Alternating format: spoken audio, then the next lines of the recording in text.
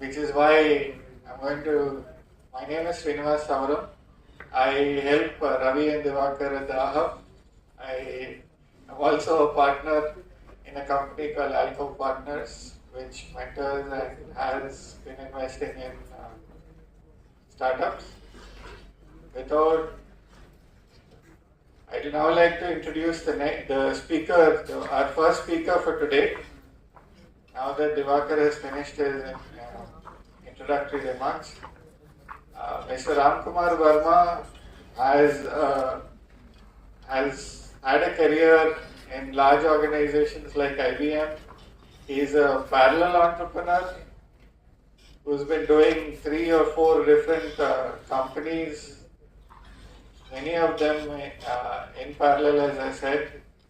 The latest one happens to be Native Araku Coffee, which is making waves or tingling the taste buds of coffee lovers, not just in India but abroad.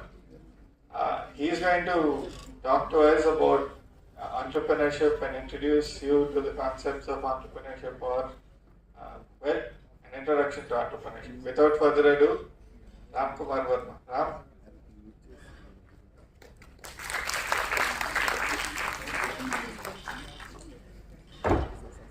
Thank you, Srinivas. Everyone, good morning. Looks like Ravi has not sponsored for breakfast. Is it so? Yeah? Not fair, Ravi. Just kidding, on a lighter side. So, I want this conversation to be very interactive. In case if you don't understand my flow, if you don't understand my language, Telugulo చెప్పమంటే తెలుగులో చెప్తాను. ఇబ్బంది ఏం లేదు. Yes, no? ఎంత నీరసంగా ఉంటే నాకు నీరసం వస్తుంది. లేకపోతే అందరికీ కాఫీ తెప్పించాలమ్మ నేను మళ్ళీ. Alright, so we'll go with English and I'll start answering questions once I finish my conversation. So quickly to introduce, my name is Ramkumar Verma. I come with 25 years of experience and been into IT primarily for about 15-16 years. IT years is my core expertise when I started my career. And then 2013 year is when I started my entrepreneur journey. No reason why I wanted to start, but there is some passion behind. 16 years I've been working under somebody else. And what is that? I can make a difference for myself. Is when I started a company called Corporate Learning. This is primarily for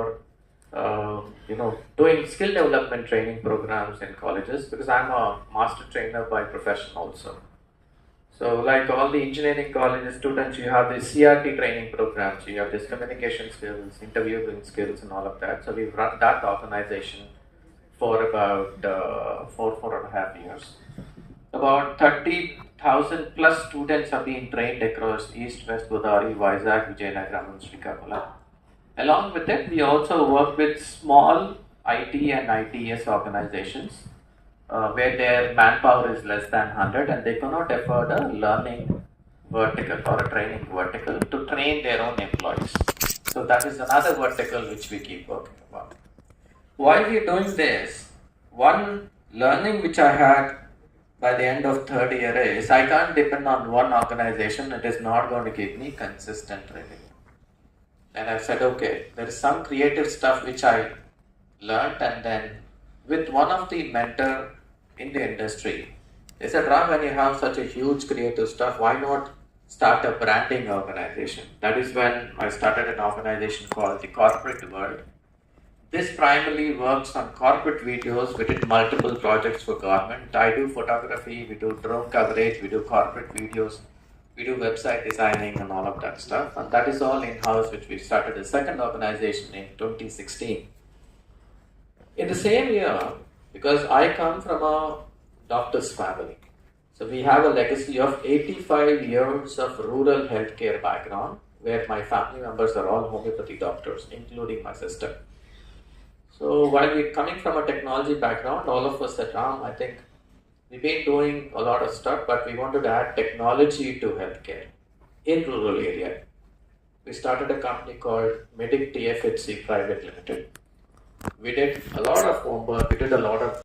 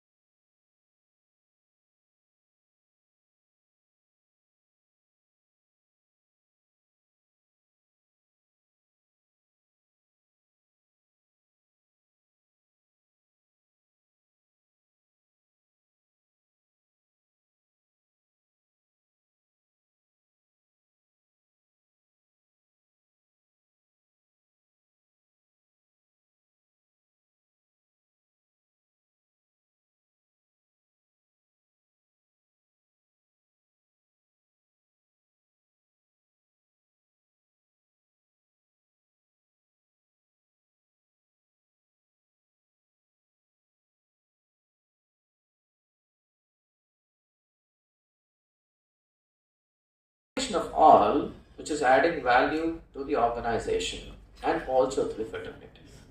So the next biggest ticket item which in 2021 we have taken up is how can we build the ecosystem in the tribal farmers fraternity. You believe me or not, in 2021 when I went to, there is a research station by Indian Coffee Board in a place called Arvi Nagar. And I went to that place for some meeting with Coffee Board. There is a tribal woman, I was sitting and having a cup of a coffee there. There's a tribal woman, she just finished her graduation. And she's come up saying that, sir, I did my graduation in Aditya College from Narsipatnam. Can I get a job here? You believe me, there are only 4 families in that zone. Only 4 families. And one of the family members' third daughter is this girl. And the kind of English which she spoke, amazing. And I fell in love in that zone so much, and she gave me one input. Sir, don't underestimate people from tribal zone, we are also educated. And we got her a job in Coffee Board, and she's working as one of the researchers in Coffee Board today. And these are all, see, the reason I'm telling you all of this is, when you meet people, do not underestimate the power of whatever input which you're getting. Take it and see which is going to add value mutually to. And with that success story, we have taken out is by 2025, in the tribal zone, every village will have one successful woman entrepreneur coming out by 2025. This is our vision 2025. Exclusively from Arupur. So third point which I wanted to get your attention. While we're talking about story, while we're talking about contribution, what's in it for business? How am I earning business? How are we very different? You know, coffee is a very, very competitive commodity and the second biggest commodity in the world.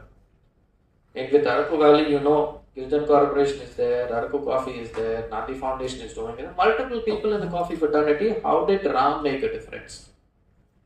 The strategy which we have implemented is, which is these days as a strategy, which is the next future is, every product should have a genuine story behind it. Today you want to enjoy my coffee, I will tell you which farmer has actually produced it. Would you love to have a coffee? Yes or no?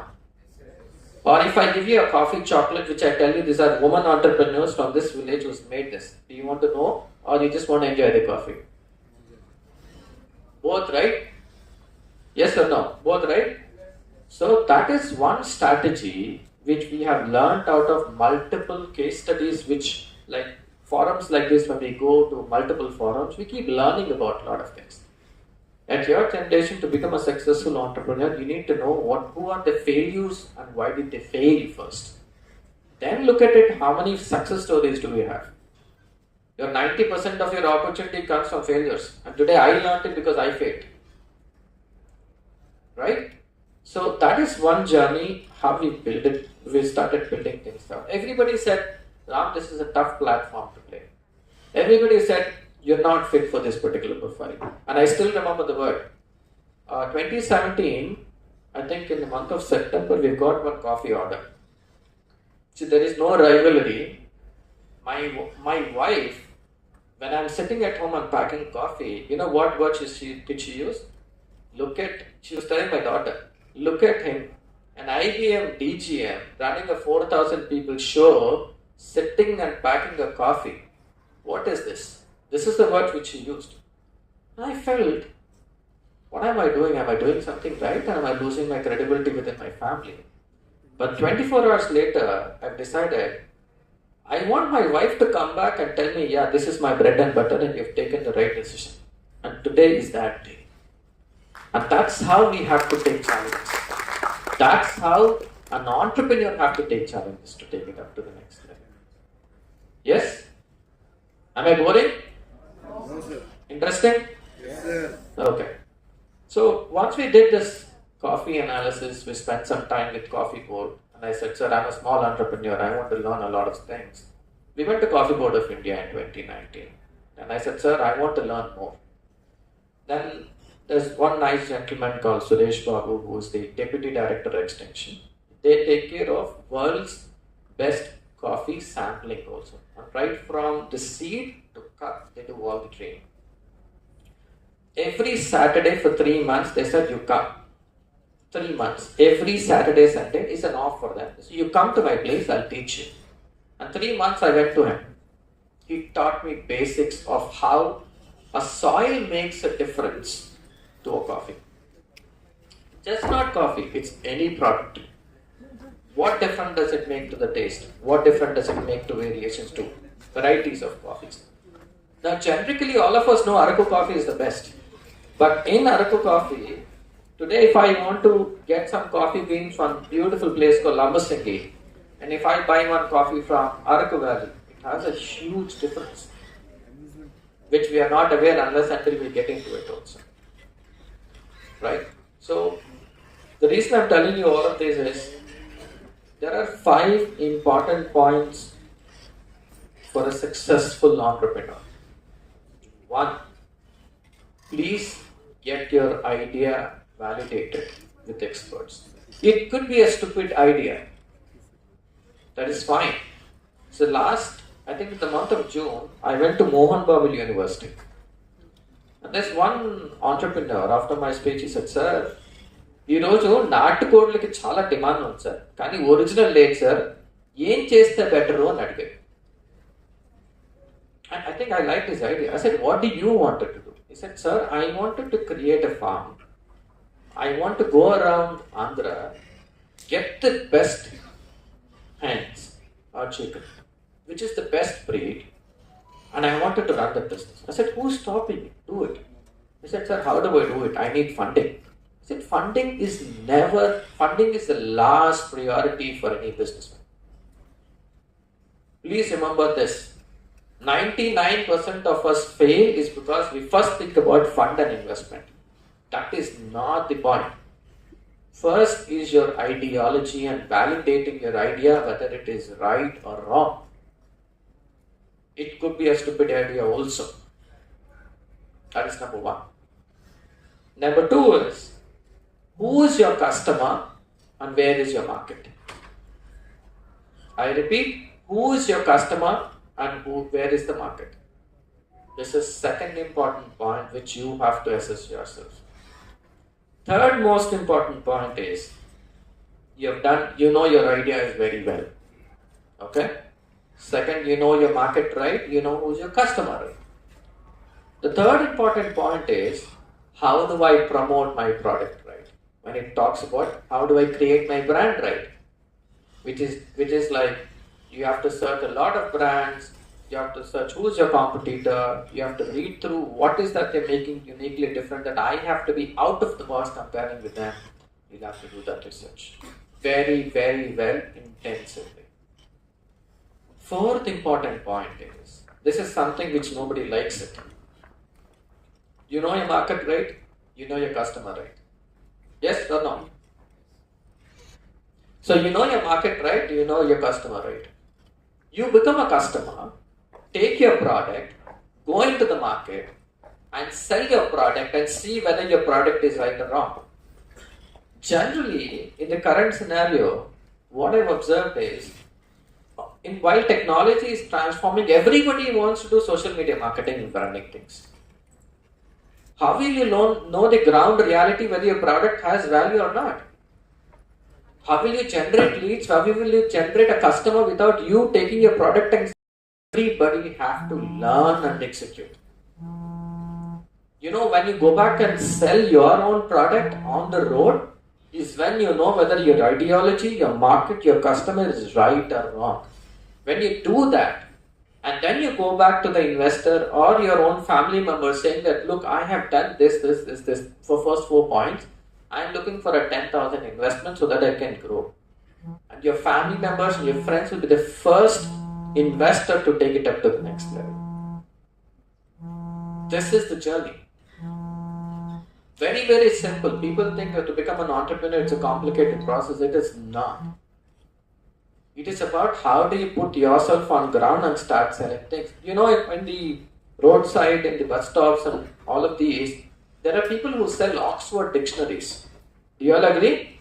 Yes, sir. Yes or no? Have you all seen that? Yes, sir. In Gita. Yes or no? Yes, sir. So, why do they do that? You know, those guys are the most successful marketing sales organization people who can build their own product. And along with it, when you give targets to yourself, today I am going to the market, I will sell my coffee or I will sell 2 products of my coffee and come back home. The day when you do it for yourself as the owner is when you become a successful entrepreneur to know your customer in your market, right? Please remember this. You will get 100 hurdles. You will fail miserably. You don't know your customer. But you should not lose patience, you should not lose confidence on your product. You get 20 customers who will scold you. Why are you selling this for 10 rupees? I'll give you one example. So I think initially when we started this coffee, in 2019 December, there is a YMCA Beach Road. There was one exhibition which was happening there. I was traveling. I still remember the word which my wife told me. You know, why are you packing this coffee? I said, see, you want to know the pain and you want to know who's my customer. I am traveling, I'm going to organize everything. You sell the coffee there. She stood by. There are 3 obstacles which I got. Point number 1 is, I want to sell it for 100 rupees, 250 grams. Customers who've come who walked in, they said, Giljan Corporation is giving us 60 rupees, why are you giving us 100 rupees? 1 hour down the line, we didn't sell anything. My wife calls me and says, see, customer is asking me for lesser price, what do I do? I said, what do you want to do? I said, I will sell it for 80 rupees. I said, go sell. You believe me or not, the moment we changed that to 80 rupees, the confidence which she's got saying that, okay, the market price is 60 bucks, so I have to go for 80 without margins. We sold all of them in 1 hour's time. We sold all of them in 1 hour's time. But another glitch which we got is, this is primarily from the family side. My father-in-law calls my wife, she said, shame on you, we are Kshatriyas, how can you go back and stand on the road and sell? And third obstacle which we've got is, you know, family members across the globe, we've gone, you know, there's a media coverage which has come. She's come in the Enadu paper. And everybody started my father, look, she's doing such a fantastic job, but why are you putting her, are you in a bad shape? Does she really need to work? Is your son-in-law not working? Is he at home? You get these, I'm telling you, these are practical problems which are faced at every place. Entrepreneur has to live with multiple problems. The only answer for all three of them is, let's be practical and say, tomorrow something happens to me, what will your daughter do? Will you feed the person? The answer is no. Why not a woman entrepreneur get into a system and start earning? Why not? Then I made her the director. I made her the proprietor. I registered the company in her name, and now she's successful. So these are things which everybody will have a problem statement all about. Okay. So you ask me like the way Divakar was saying, you give me the mic and Srinivas, we all keep talking, even Ravi, you give it to us, he keep talking for the day. So to conclude, ladies and gentlemen, all the next generation entrepreneurs, and I really liked the schoolmates. I've been listening about the story from Ravi. Great job, all of you. Give a round of applause to this lot. That's a pride which we have to take. Like the way Ravi was, Srinivas was talking, it's a pride that Vizag are promoting. I feel pride sitting in Vizag. Today our coffee is sitting globally. Right? That's a pride which we have to take. There's nothing wrong in it. So, 5 points which I have to conclude this conversation. Get your idea validated very well. You have places like OHub, you have places where they can validate your idea. Number 2, know your customer very well, know your market very well. Very important, know your customer very well, know your market very well. Third important point is, go into the market and you try selling your product right. Only then you'll know the pain and value of your product. Fourth point, you go back and start spending time in learning and unlearning the best practices in the industry, which is start looking at failures of people in your own vertical. Why did they fail? And what is that you should not do that mistake. Fifth, very important, funding is the last priority for you. Your funder is your friend or your relation who will go back and fund. It could be 1,000 rupees also. That's your first investor. Please remember that.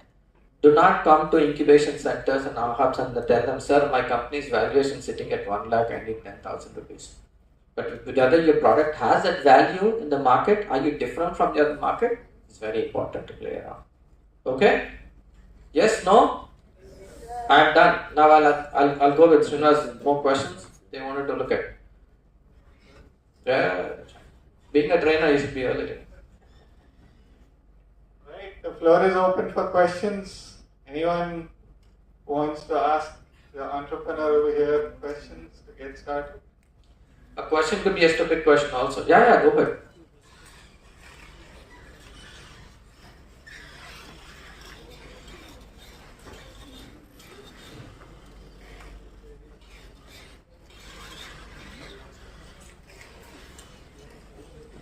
Hi Ram. I So my question is all about, just now you mentioned about unlearning.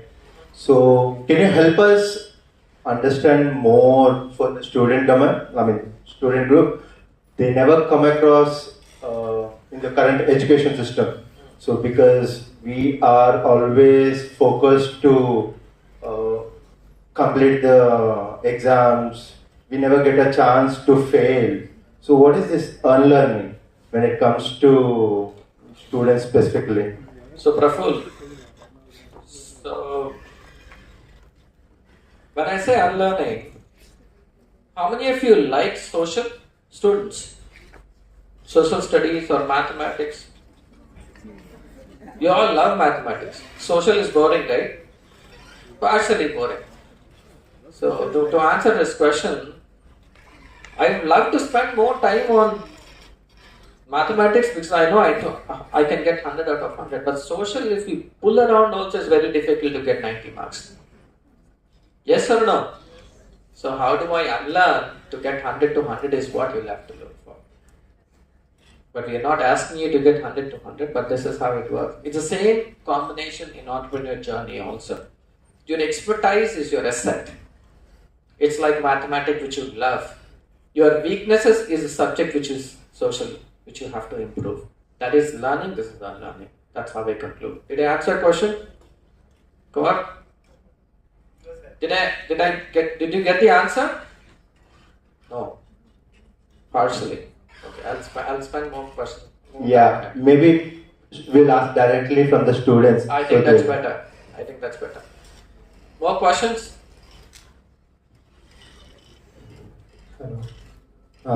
You eliminated the middleman mostly, right? What is the price the farmers are getting right now? Okay.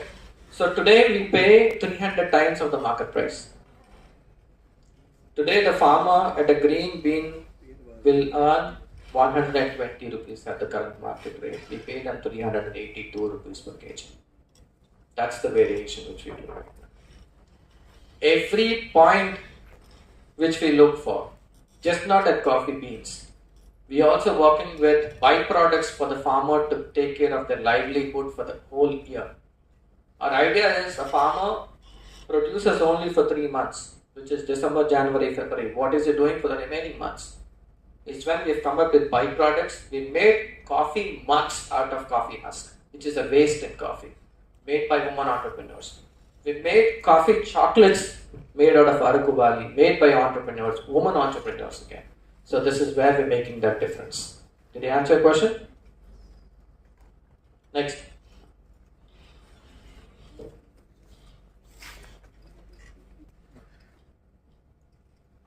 sir. All right. I enjoyed your speech. Thank you. You shared the great points. In that, I would like to question. You have mentioned that you have adopted the villages. So, adopting the villages, I've just seen in Mahesh Babu movies.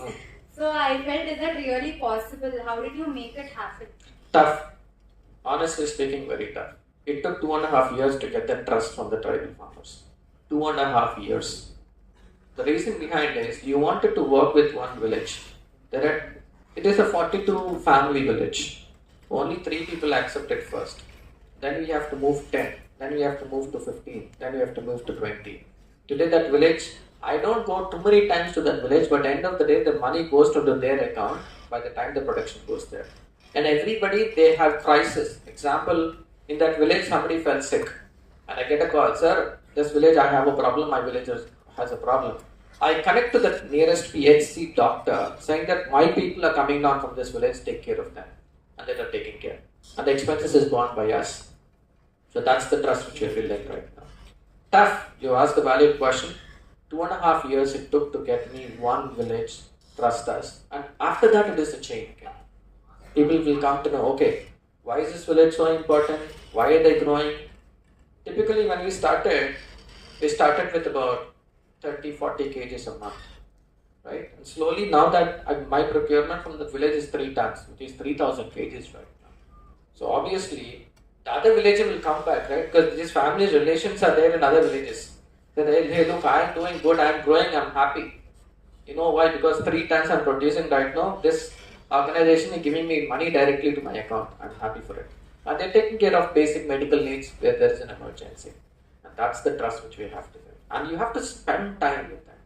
Go to the village, sit with them, have food with them, tell them, take your coffee, tell them this is the coffee you produce, this is where people are enjoying. And I gave my visiting card, ma'am, I've given it to you. And my visiting card, you believe me or not, I think this is the first time. I was telling you there's a story behind one farmer who bought me this, right? So I told you there's this farmer whom I met, the story, right? This is the farmer. This is how we brand this organization. Anywhere in the globe a packing goes, it goes with the originator, which is a tribal farmer, including visiting cards. This builds trust. Thank you.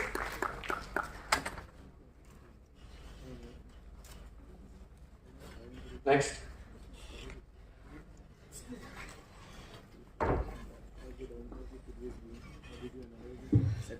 Good morning, sir. Morning. First of all, thank you for the wonderful session. Sir, recently an entrepreneur from the North India, he is 85 years old. His name is Radhakrishna Chaudhary, and he even came on the Shark Tank India also. And as of now, he is successful, sir. But recently, he posted on his social media platform that he's getting lot of threats from the competitors. At the same time, someone from Bangalore, they're copying his products and faking all the things and selling in Bangalore region. So in the same manner, did you got any threats from your competitors or any other persons? As you mentioned, it is highly competitive market. Very valid point. Your good name? My name is Partha Sai. Parthasatri. Very good point. So we had this challenge from one of our competitor. Native Araku Coffee, when we wanted to go back and do trademark for our logo. I don't want to name the competitor. The reason I have to fight to get the trademark for my Native Araku Coffee is because they have created another organization with the same name attached to a tribal farmer who doesn't even know what is happening. And they filed a case saying that this organization is fake because I'm not a tribal. The tribal farmers have the first priority. It took 1.5 years legally for me to showcase was this is my journey. This is the invoices which I have raised. This is the business which I have done. Here is the recognition done by the state government. Please understand. Reach the patent agencies which are connect centers to validate an idea. And by the time you implement it and you delay it for implementation or patent filing, there are 10 people next to you who are already job. So you can't wait. Today, you cannot do it. You can never do it tomorrow. Very, very, very, very important role in the ideology stage. Did I answer both your questions? Yes. Next. So, with your permission, I'm Yeah. having one more. Yeah, go ahead. Sir, as I can see you as an example, most of the entrepreneurs in India are successful. But recently IBM has conducted a studies and based on that, almost 85% of entrepreneurs are failing in less than 1 year period. Which is right. And on the other side of the coin is like India is producing more number of unicorns also. Yeah, correct. So can you tell me why more number of entrepreneurs are failing and very few are getting success? See, I'll give you an example. My own example. Coffee is a competitive market. Healthcare is a competitive market. Branding is a competitive market. Skill development is a competitive market. So 4 different competitive markets. Right? You're talking about 80% of them fail. In that 80%, Ramkumar Verma was running a company called Medic TFHC, which is a healthcare company. I failed. The reason why? I couldn't understand the market right. I did not implement the right strategies, which is superseding the existing competitor. Or third, financially I am down. These are 3 reasons why I have failed. Why am I successful and heading towards a unicorn is because whatever learnings I had here is what I'm trying to go step by step, consistently committed and focusing primarily on market dynamics along with customers' satisfaction makes me a unicorn. So these are only 2 differences which I know practically. Without me comparison, there are too many things into the system. Focus on what you are doing. The biggest opportunity, right, with all this generation is, today if I get 1 lakh rupees as profit, you know what do we do today? Either I think about a new OnePlus phone which has come, it becomes a memory to me, or I buy a smartwatch which I wanted to keep this as a memory, or I want to buy something to my friend who's contributed. Why are you not thinking about investing that 1 lakh again back into your system and how do you take it to the next level? This is the reason why 80% are failing. And another answer which you raised, people say that next future is all micro entrepreneurs, which is right. Today I have 10 employees whom I am employing exclusively from rural area. Am I giving life to them? Today if you start a company initially for 1 year, you will not lose it. You will give opportunity for 2 people. We have 100 entrepreneurs sitting down here. 100 into 2. How much is it? 2,000 people are working. Am I creating employment for people? That's the statistics what media is talking about. Did I answer your question? Yes, Yeah. thank you.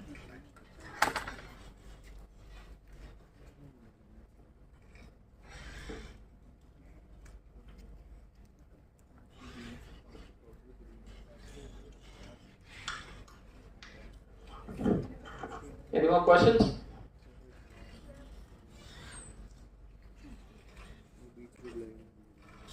either I did my job right or I did not do my job right. Did I do my job right? Yes or no? Partially, yes. Okay, thank you so much, and I wish you all the best to all of you. I want to see a lot of unicorns coming down from here, and good luck to all of you for your career, your education and your profession. Thank you.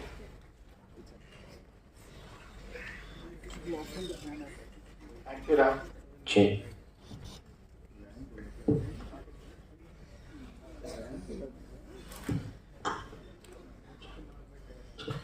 Typically, we get a lot of feedback saying that you're not giving us enough time to ask questions, and there's people just come and speak. We thought we'll do it differently this time, which is why we are giving you at least 50% of the time that the speakers speak, 30 minutes out of that 50%. So 15 minutes. Actually, Ram Kumar did a wonderful job, finished off 5 minutes ahead of time, so we were able to, we are actually running a few minutes ahead of time, which is great. Let's see what happens. We are able to finish the break, what happens after the break. But before the break, we have our next speaker, Susha Gajapati Raju, the founder of Avani Organics. Everybody, I believe that everybody in Vizag knows her because she's a star in herself. A star by herself, but if you don't know about her, there are lots of things that she's been doing. If I start speaking about it, it will take a long time. I'll give the mic to her and let her do her own talk. Thank you. Thank you, Srinivas.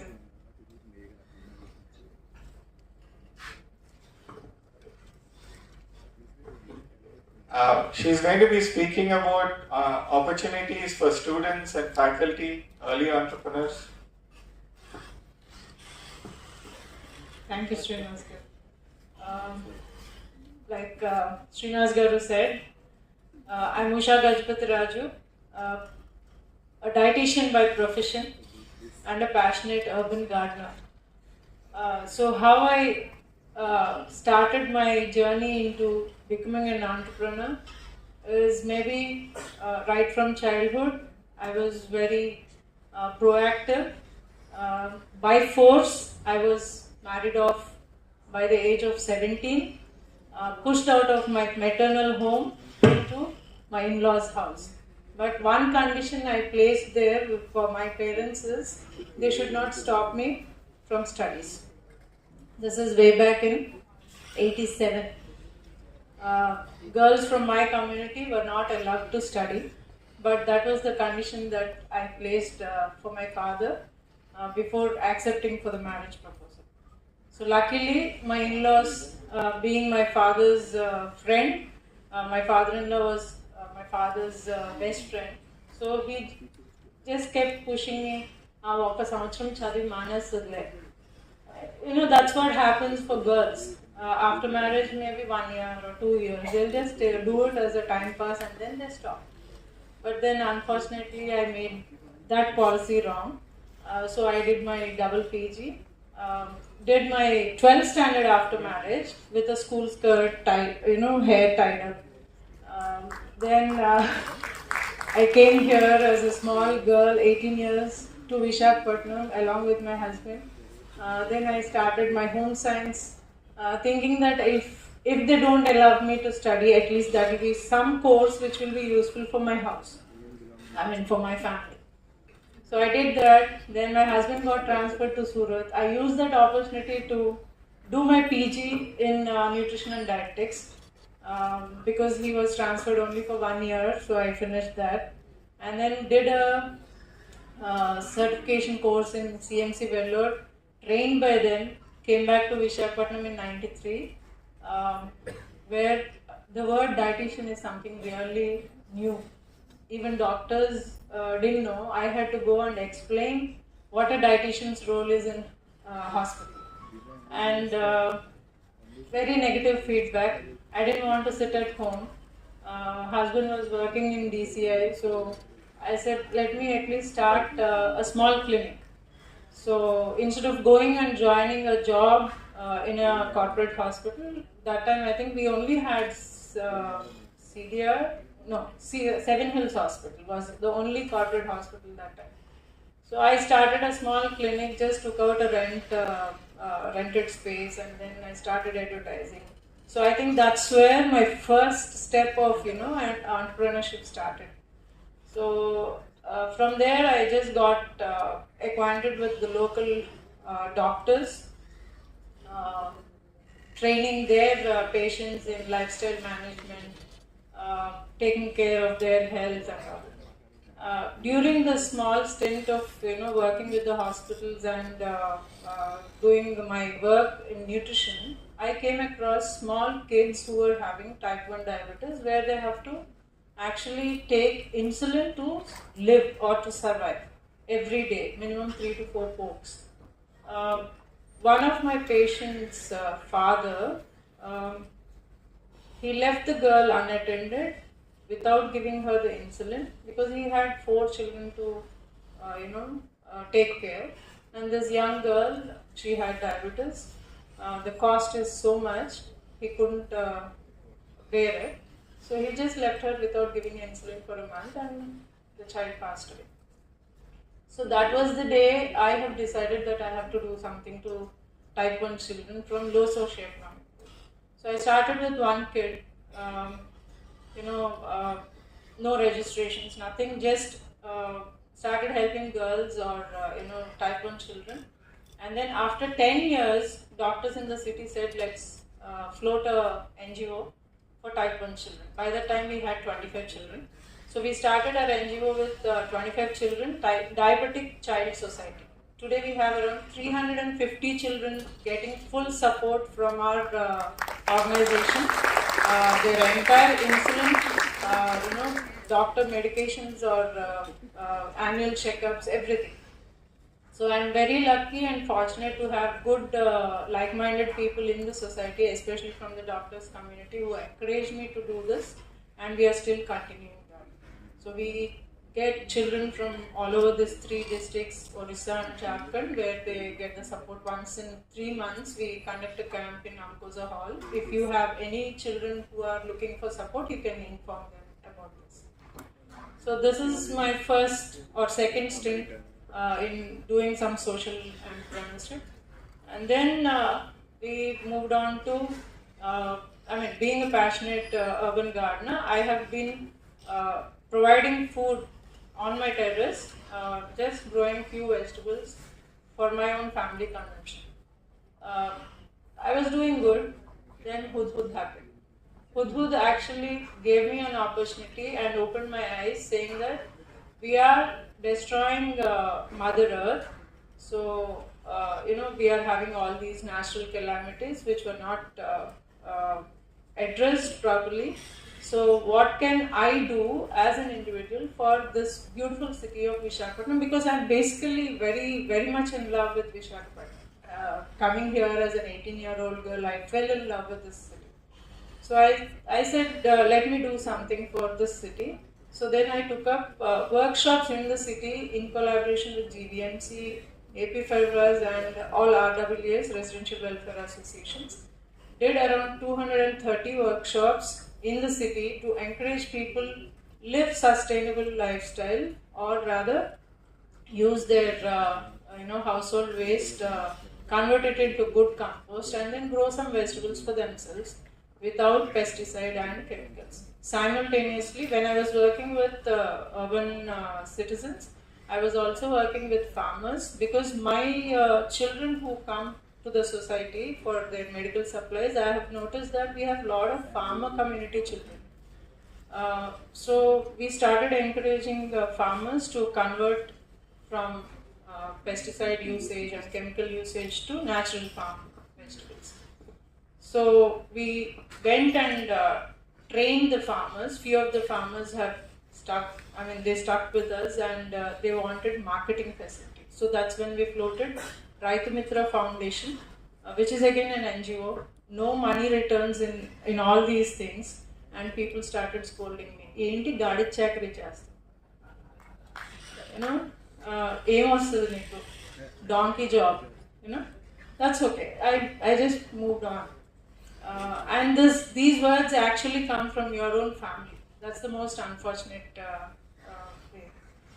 So we trained farmers, and then we started our first organic farmers market at YMCA 2017. Harinaran Garu, Commissioner, and Praveen Kumar Ankunta, Collector. Both of them, they inaugurated the farmers market morning 6:30 a.m.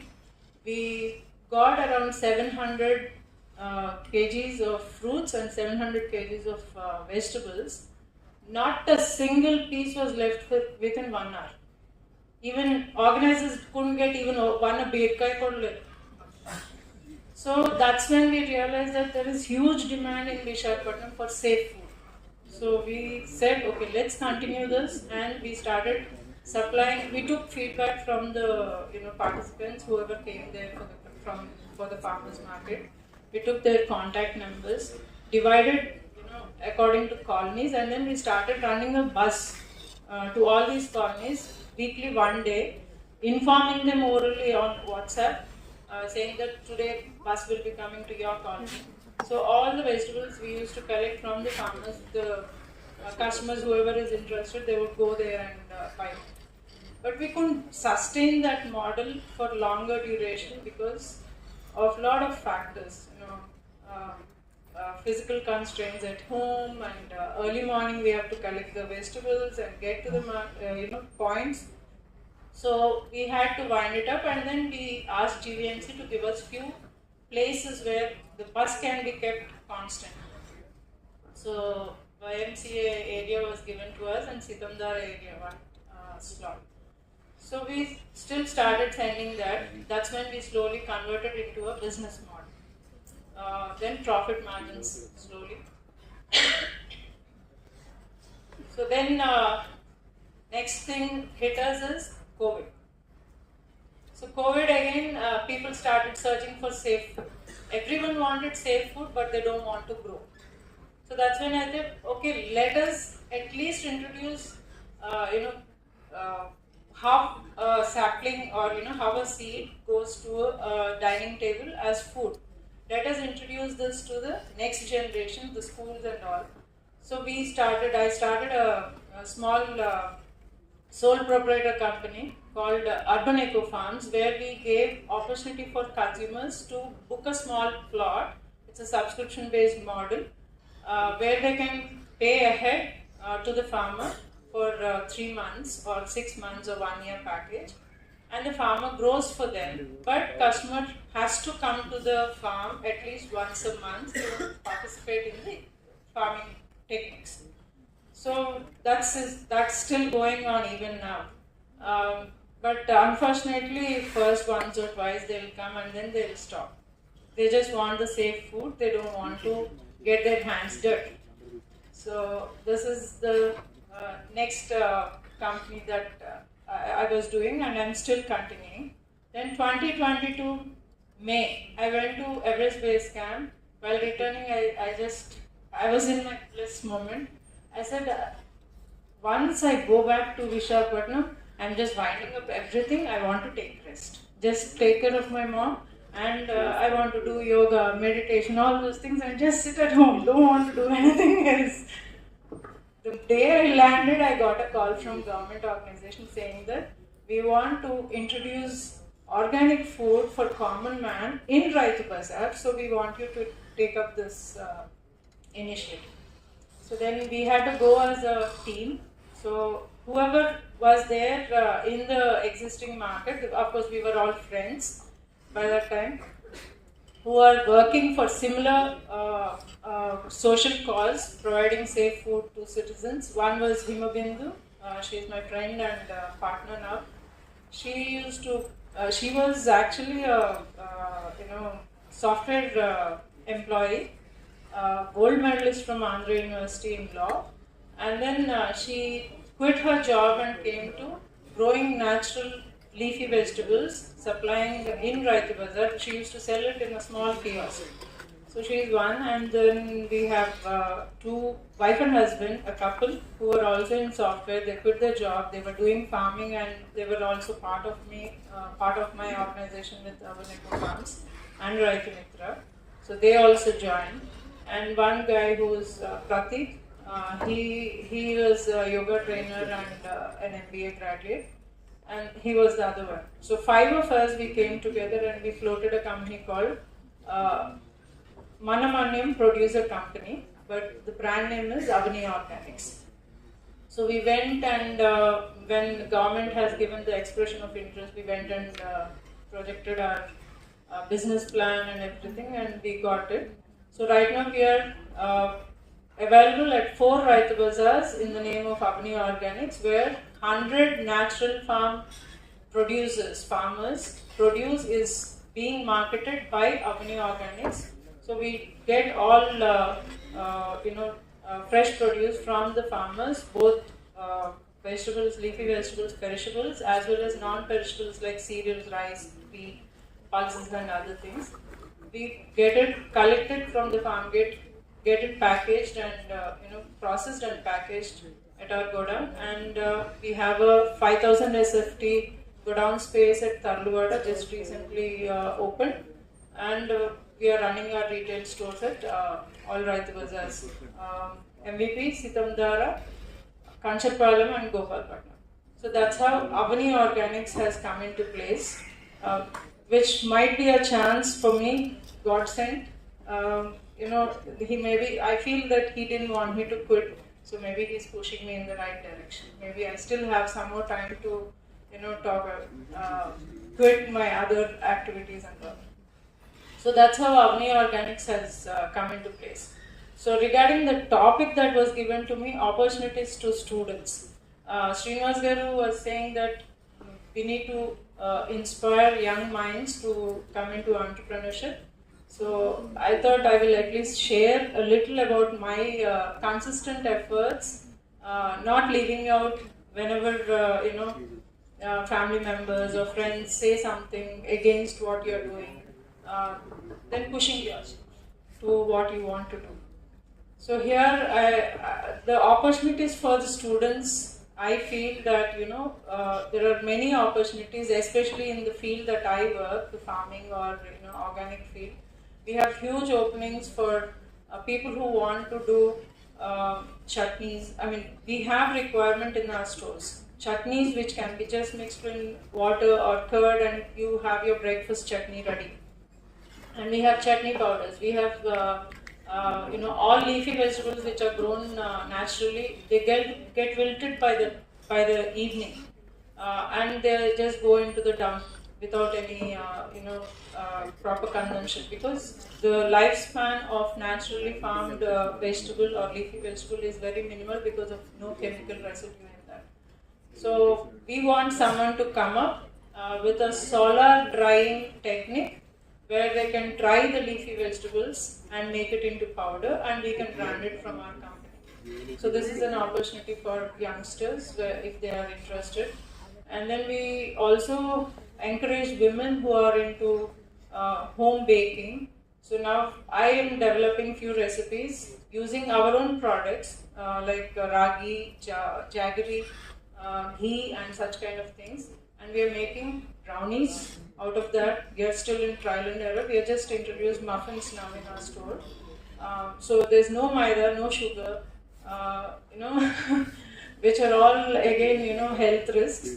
As a dietitian, I know how much role they play in your health, maida and sugar. So we are trying to modify that and coming up with new recipes, and we can help you in creating new recipes, but someone has to do the back-end job.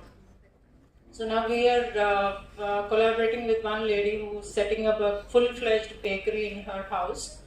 She will be supplying all the cookies, brownies and biscuits and other things to us. Then we have opportunity for people who want to, maybe parents, your parents, who would like to just do batters for dosas, idlis. We had one lady who was doing, we gave the full equipment to her and we encouraged her, but unfortunately she had a dog at home and we found few dog hair in the packets. So we had to cut that, and now we are looking for another person who is interested in developing batters as per our recipe, and we will be selling it at our stores regularly. So these are few small opportunities where you can help your parents to earn an extra income, or maybe you yourself can do that. And for the faculty opportunities, I think right now we have an MOU with Geetham College for technology transfer and helping us with marketing strategies and all. And we definitely want to associate with our hub. Ravi sir was always helpful for us in guiding. Faculty members from Andhra University or any other institution can actually leverage all young minds, in connecting to the right technology transfer, and maybe even guiding us right from start to the end of the journey of an entrepreneurship. Because when I started, I think the first thing that I was lacking was financial literacy. I mean, I just went into it because everything was happening, and not the right way. That was what we were looking for more help. And Avani Organics is right now around 10 months old. We are expecting our first financials to come out in the next few days. So I said, Ravi Garu, I will be meeting you soon with our financial backing. So this is from Avani Organics. Any questions? I'm open for you. Yes. Stores are in Raitu Bazaars, MVP Sitamdara, Kanchikpalam and Gopalpatnam. We are also doing online cloud marketing. Yes, sir. We home deliver from our own stores. And we are associated with GCC, which is our commitment for the government, because they have given us the stores, container stores built up by the government in front of Raitu Bazaars. So we had that commitment from their side, and we have to sell at least 80% of our commodity in the store should be from natural farmers from the Raitu Sadhikarika Samstha group. So we are right now, we have certifications, organic certifications for our own farms and few of our farms. And right now we are trying to get PGA certification for all our associated farms or the farmers.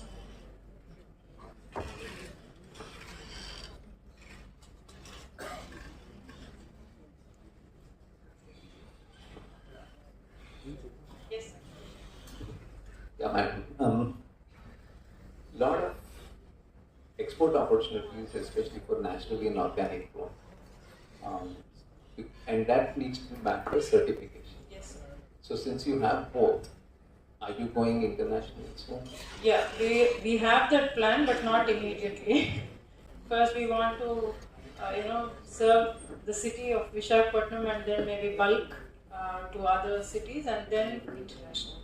More value-added products. Yes, more of value-added. We add value to most of our products, and I'm proud to say that we have around 35 employees right now for Avani Organics who are into grading, packaging, food processing side.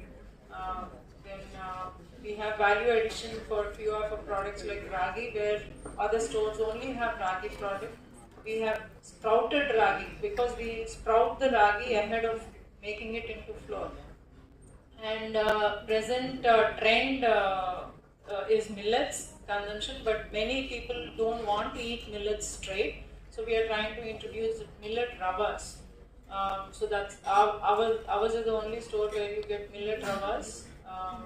All types of millet ravas like barnyard, Telugulo cheptanu, Odalu, Ragulu, Jonnalu, Sajjalu, Gantu, everything. Rava dorukutundi, so you can mix it in your idlis. Slight transition from, instead of rice rava, you can use these millet ravas.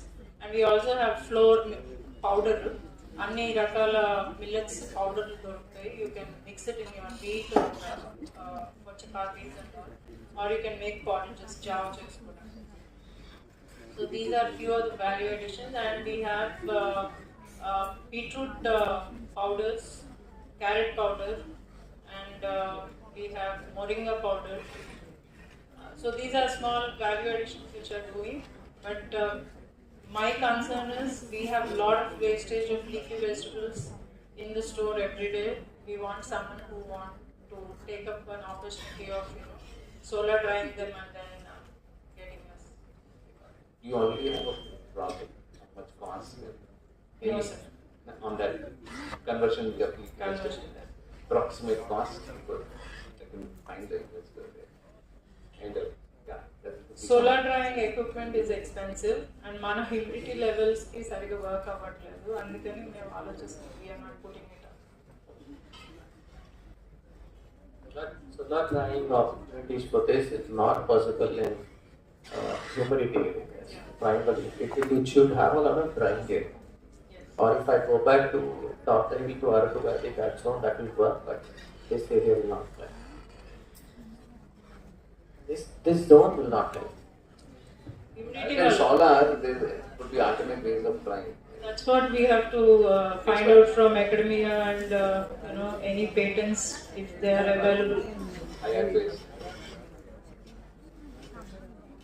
There is one alternative which is found last year, where we should have a closed room with that altitude with zero humidity. It's like a cold storage kind of stuff where this process can be implemented as you cannot do it in an open. It should have that zero humidity level with that certain altitude. We'll talk matter because we're starting a food research thing with campus. Question?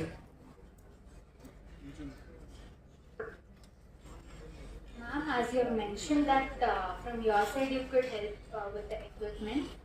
The equipment would be your products or even the machinery?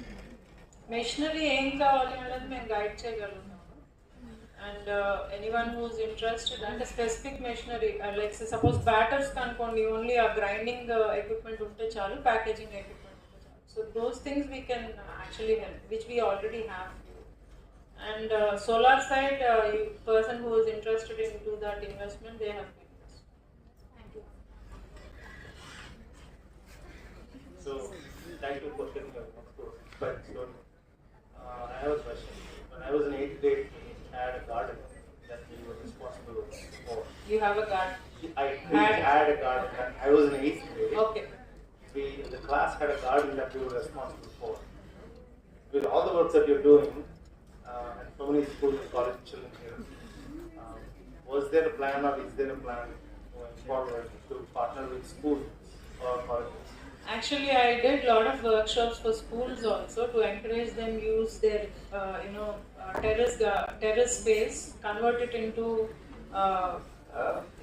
terrace garden for school gardening, and put competition among each class. I mean, each class will have 2 sections. Divided into 2. One batch will be doing one section of the garden, and the other batch will. So I gave them ideas, but implementation is not happening. So, but I am ready to help out guiding principals or the school administration to how to go about it if they want to invest in terrace gardening. Thank you. We'll do it in our hub. We have a terrace on our hub. Yes. Namaskaram, Mama. Ushada. Very inspiring journey, to be frank. Thank you. So, every startup, I believe that it's a baby. So, your baby started like 10 months. So, in 10 months, Loni, you mentioned that you have a team of 35 members. So, out of this 35 members, what is the marketing team? Like, evana unnara? Like, testimonials, like, evana chesara? వీటి గురించి అంటే you're talking about the reach కదా, so I'm specifically focusing that మంచి company ఎప్పుడైనా ఉన్నప్పుడు దాని reach కూడా పెరగాలి, సో అది కూడా ఆర్గానిక్గా పెరగాలి. సో దానికి did you find the right talent or not? So See, unfortunately, because we were placed in Raitu Bazaars, we have access for only that population right now. So my earlier customers who were on the high-end side, they were not coming or reaching to the Raitu Bazaars because they just don't want to go there. They just don't want to go to Raitu Bazaars. So right now we are doing online for them. And testimonials, yes, we have to start collecting the testimonials. We were too busy or, going into the retail market itself with 600 products right now and ever expanding. Maybe we will end up with 1,000 soon, product line low. So yeah, testimonials for urban eco farms, we have them online also. They have few testimonials written already. But for Avni Organics, yes, we have to collect them. Exactly. Marketing అనేది ప్రస్తుతానికి ఏం start చేయలేదు. So we just in the plan with Geetam. Got it.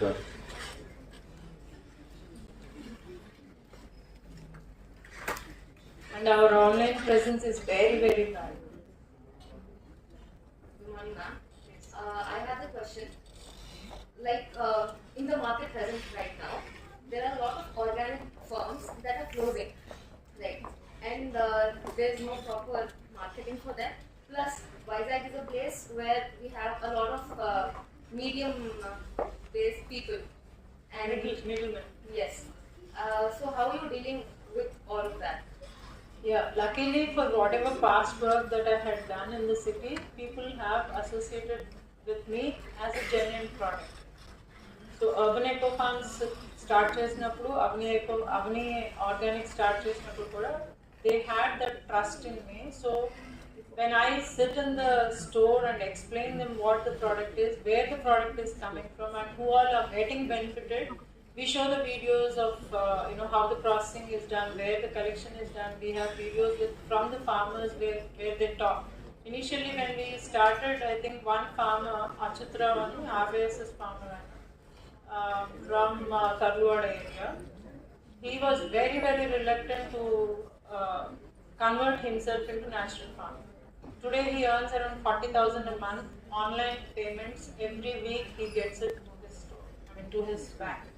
So I think once one farmer is happy with the payments, and he only grows leafy vegetables. So now he has other farmers next to him coming to him and asking him, we also want to join our new organization. So now we are forming clusters in each area.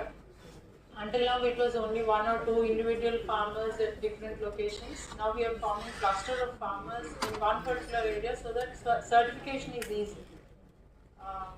Otherwise it will be really difficult. And Avni Organics advantage is we have direct procurement from the farmer rather than the middleman.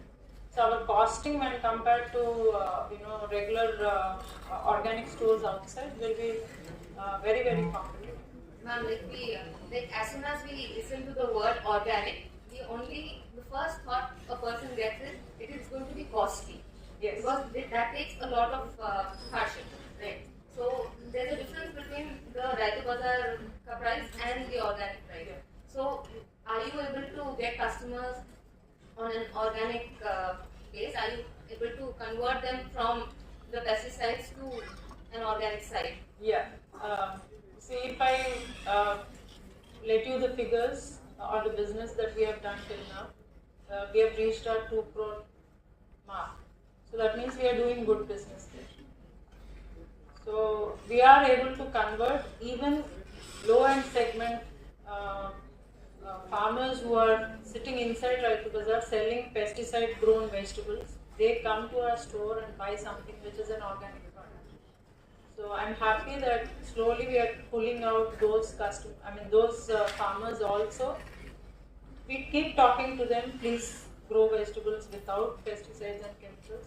So slowly they will also get converted. So that's our goal. We should reach at least 300 farmers in the next 1 year.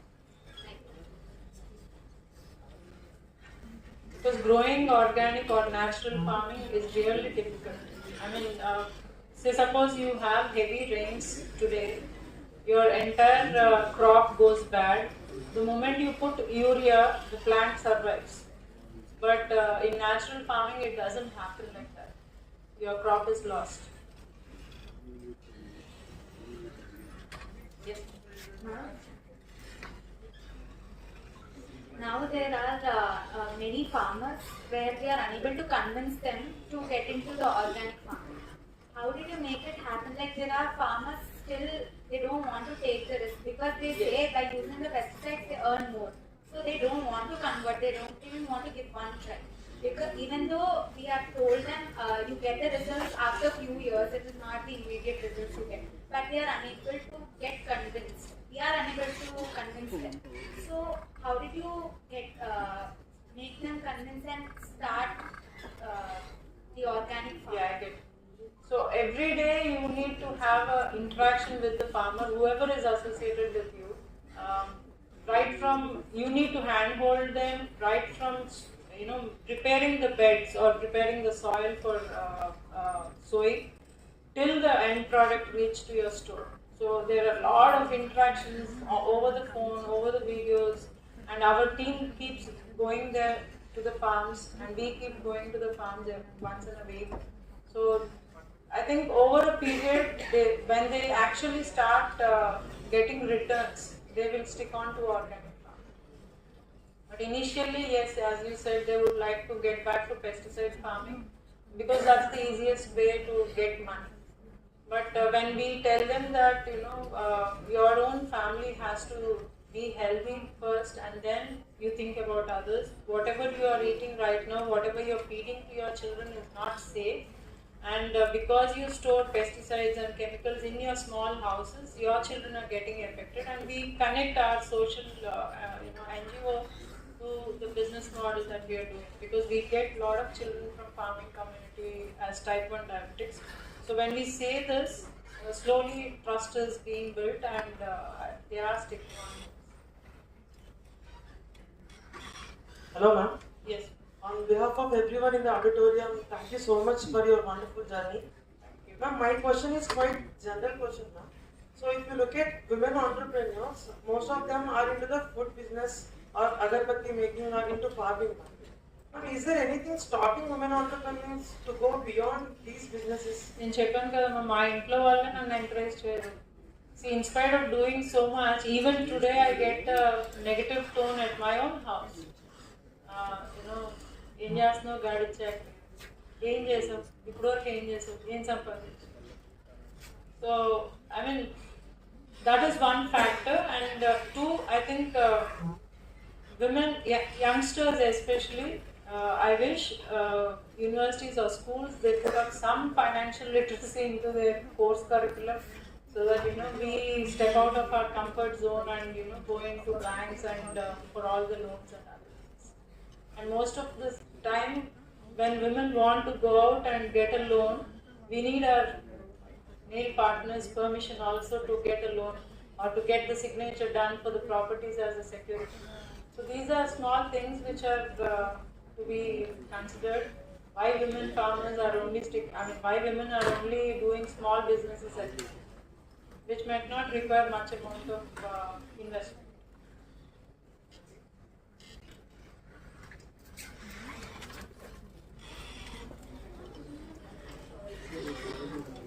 I have a doubt that for suppose take a tomato which is your product and it has expired, but there is no indication that it was expired and someone buys it. What if someone is affected? And Only tomato or migilvani? any product. Any product. See, if it is only a fresh vegetable, దానికి expiry అంటే అది కులిపోతుంది. So నీకు తెలుస్తుంది కులిపోయింది తినవు. But when other products which are packaged, there is a best before date on the packet, so which customer has to check before buying and after buying. Preferably, I would even suggest you to even check for the ingredient list. The first item which is written on the ingredient list is the maximum quantity that you have in the packet. So most of the time when you buy outside biscuits or cookies or other things, they say no maida on the front, but when you no sugar in the front package, but when you reverse it and check for the ingredients, there are all things which are related to this. So అవి కూడా check చేసుకోవాలి మరి తినేటప్పుడు. And another doubt is that how will you change the farmers to grow only organic products? Because while using pesticides, they will get more profit. Yes, initially they'll get more profit, but over a period of time, soil gets regenerated. The nutrient level is very less. So whatever vegetables they are growing or whatever product they are growing there, they need lot of inputs in terms of pesticides, gaani, chemical gaani, ekku veyalsi vastadi. So their cost of growing one particular vegetable or a grain becomes very high. But when they convert into natural farming, first 1 year the production is less. But over the years, when you start using these natural biopesticides or natural nutrients, the soil gets high amount of humus అంటాము దాన్ని, అంటే అందులో ఉన్న జీవాలని పైకి లాక్కొస్తాయి. So ఆ nutrients అన్నీ కూడా ఆ జీవాలు పైకి లాక్కొచ్చినప్పుడు ఆటోమేటిక్గా మొక్కకి అందుబాటులోకి వస్తాయి. సో నీ మొక్క బాగా పెరగడానికి ఆస్కారం ఉంటుంది. ఎస్పెషల్లీ జీవామృతం అని మేము తయారు చేస్తాం. మా కొంతమంది ఫార్మర్స్ ఉన్నారు, ఇప్పుడు వాళ్ళు జీవామృతం తయారు చేసి మా షాప్స్లో ఫ్రీగా ఇమ్మని ఇస్తారు. Because they want more customers or more people to convert into natural farming. ఫార్మర్సే వాళ్ళు ఫ్రీగా ఇచ్చి మీ షాప్లో పెట్టండి మేడం, జీవామృతం ఫ్రీగా ఇవ్వండి మేడం కస్టమర్స్కి అంటున్నారు. So that's the commitment that the farmer has. వాళ్ళు లేకపోతే మనం లేము. ఇప్పుడు చూసారు కదా, ఒక 50 రూపాయలు టొమాటో కోసం, అంటే బయట 200 రూపాయలు, 50 రూపాయలకి సబ్సిడీలో గవర్నమెంట్ ఇస్తుందని 4 గంటలు 5 గంటలు క్యూల్లో నుంచుంటున్నారు. అంటే ఒక మనిషి టైం విలువ 5 hours విలువ 50 రూపీసేనా మన వైజాగ్లో. So that's the saddest part. ఆ టొమాటో లేకుండా వండుకోలేము మనం. 2 నెలల నుంచి నా ఇంట్లో టొమాటో లేదు, because I don't grow. And ఈ వెదర్కి పెరగదు. ఈ వెదర్లో టొమాటో పెంచుతున్నాము అంటే ఎంత కెమికల్ వేసి పెంచుతున్నామో ఆలోచించాలి. So it's up to us what we choose to, what we put into our stomach. Thank you. Any more questions?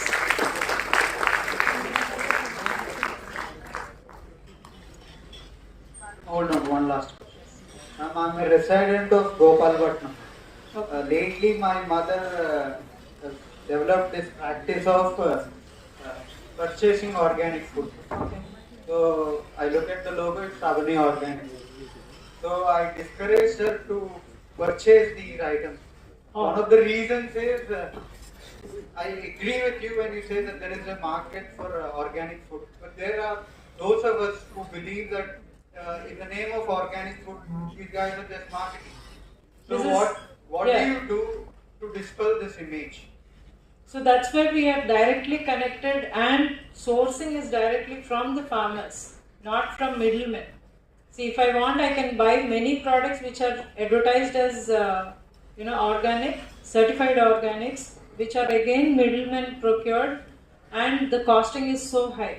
But when you compare other organic store rates and our organic store rates, you will know the difference. But why are we able to cut down the cost or the MRP? It is only because of the direct source. What sort of marketing activities do you do? Marketing inga start cheyaledu mem. Right now we are just working out with Geetam to work out with our marketing strategy. Yeah.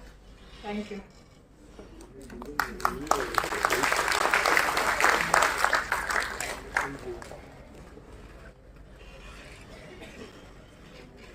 Thank you so much for that really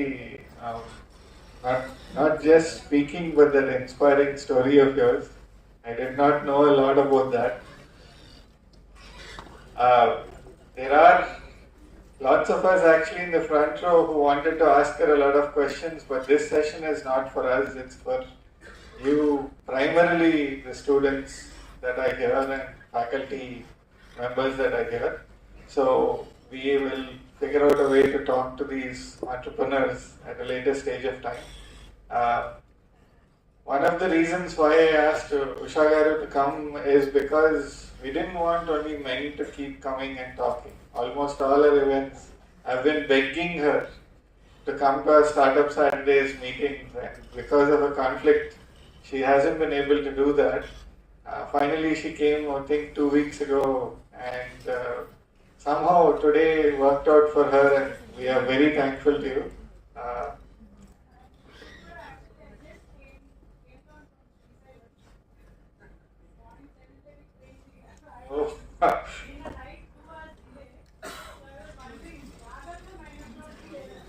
Well, we are lucky that it came all.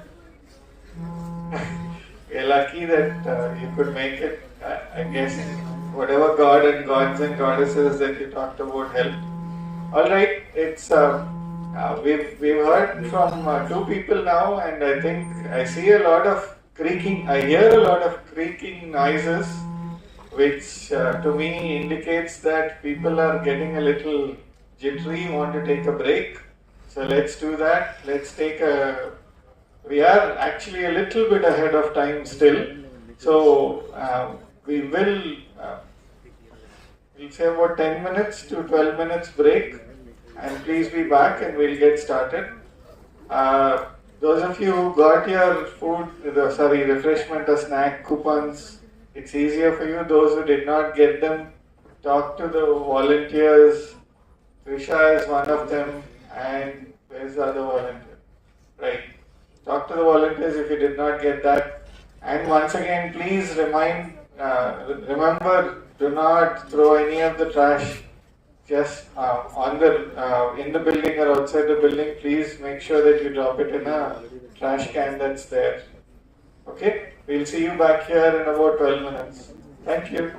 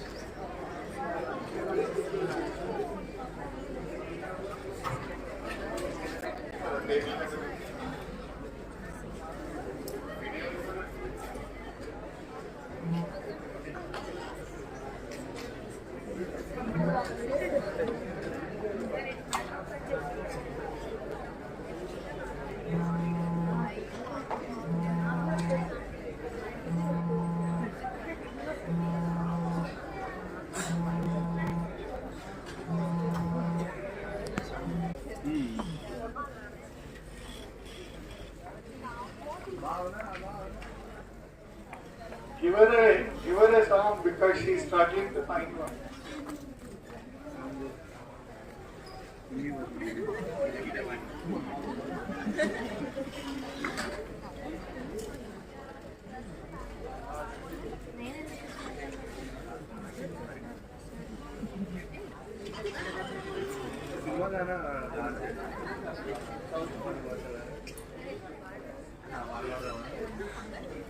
It's taking 5 minutes of Ravi's 10 minutes. Using it.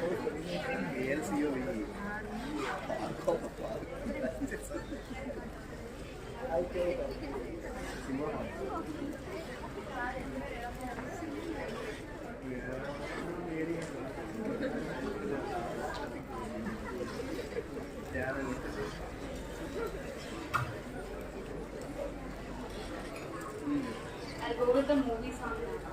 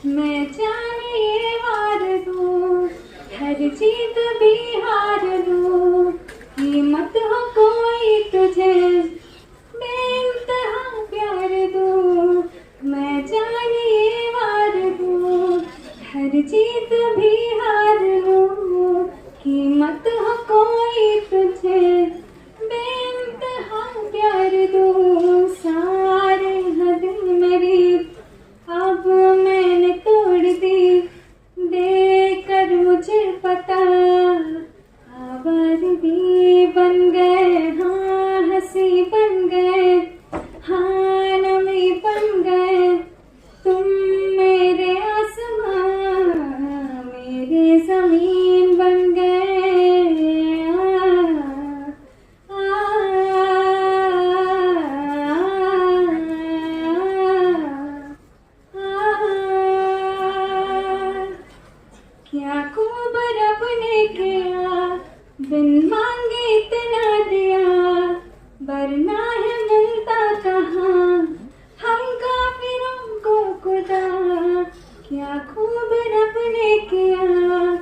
बिन मांगे इतना दिया, वरना है मिलता कहाँ। हम काफिरों को खुदा हसरते अब मेरी, तुमसे है जा मिली, तुम हुआ अब मेरा। आवारगी बन गए, हाँ हंसी बन गए, हाँ नमी बन गए, तुम मेरे आसमां, मेरे ज़मीन बन गए।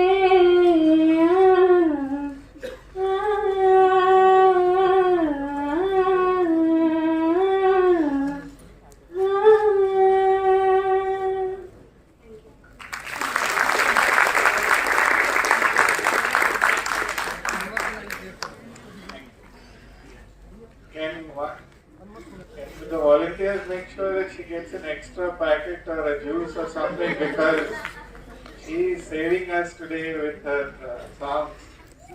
I should actually thank her friend who's volunteering her on his behalf. Make sure that he gets kicked in. Make sure that he gets kicked in the back afterwards. All right, we are back. We are going to get started. We're about 6 minutes into our what's supposed to be the next session. So it's not too bad. We are still very much on time.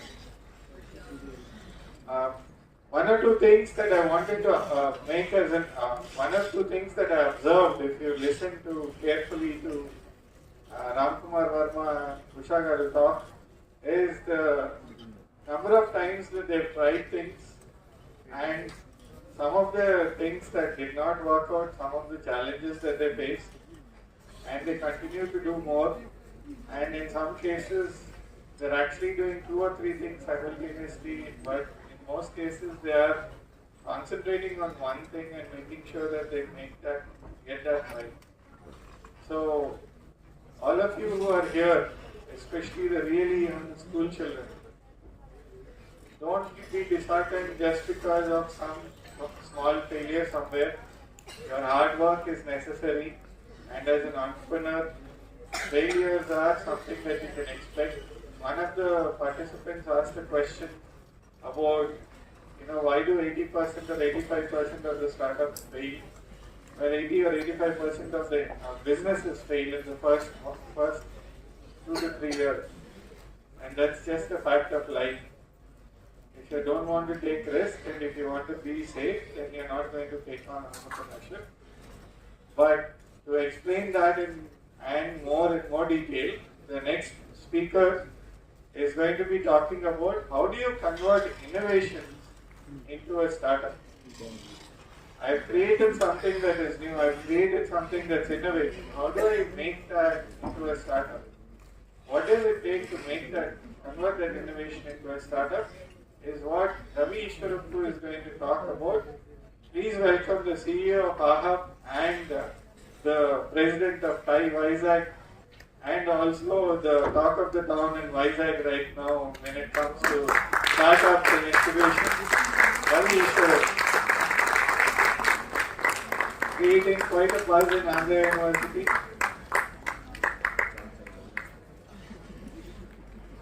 They are your best friends because they continue to talk.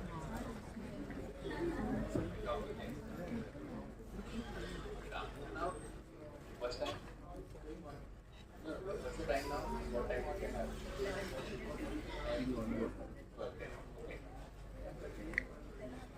Okay, give me 5 minutes before time out.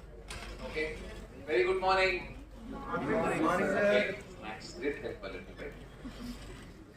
I think it's good to see 80% back here, 20% dropouts. That means that there's something interesting happening here.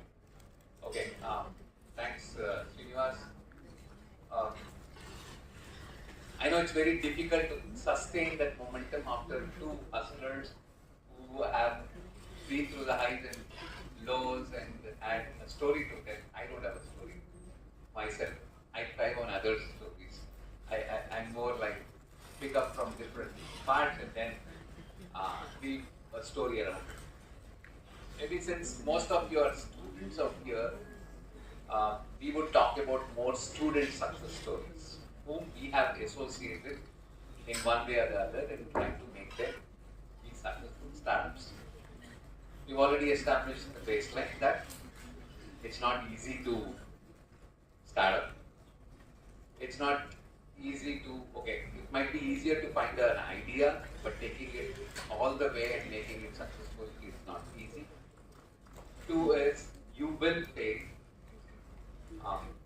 And it takes a lot of time, commitment, sacrifice, and what you find in the two people that you have talked is just not the passion, but there is a lot of integrity and belief in what you're trying to do, and that you're giving back, just not for yourself, but for the society at large.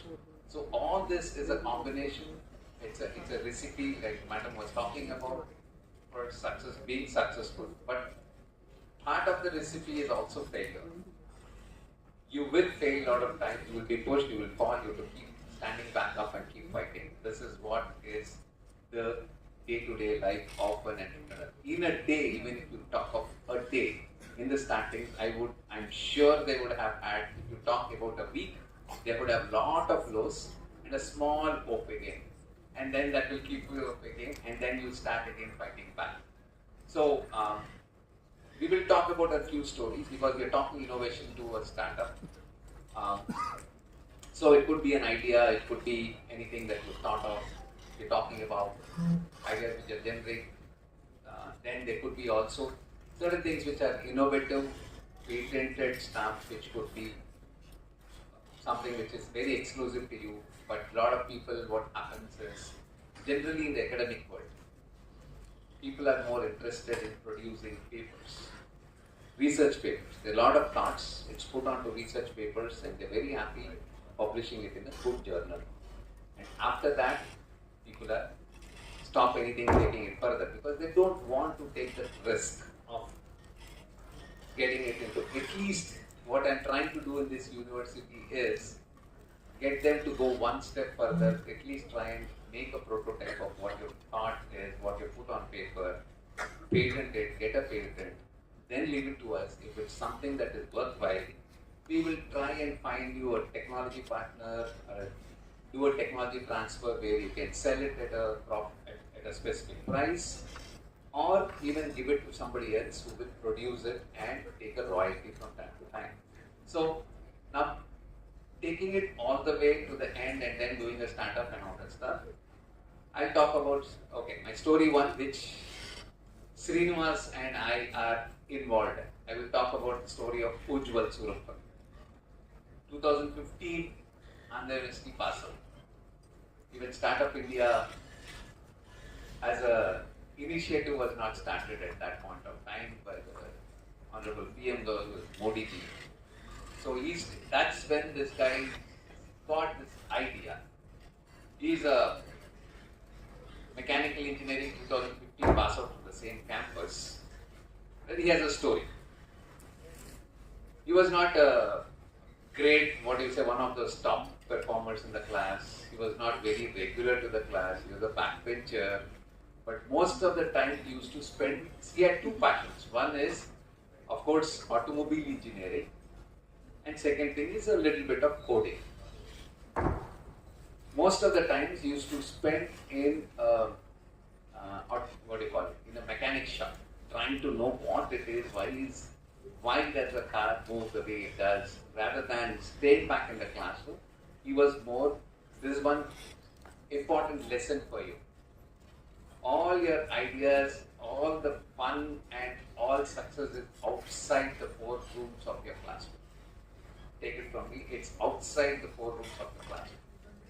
If you confine yourself to the four rooms of your classroom or the boundaries of your university, four walls of your classroom or the boundary of the university, then you're probably think and get an idea to start up. It took one person to be all the way in Arupu to find out that there is something, and then that can be given back, and there's also some that can be built. So it is outside your comfort zone, which you are happy now. So this guy was in his final year, appearing for his placements. Anybody who knows Ujjwal here, other than people in the front row? Okay, that's good. So I can continue the story. So Ujjwal was in final year. Of course, what you would need the final year is you would go for your placement drives. So there were companies, since he was mechanical engineering, he was concentrating on core engineering companies, and there were a few that came in.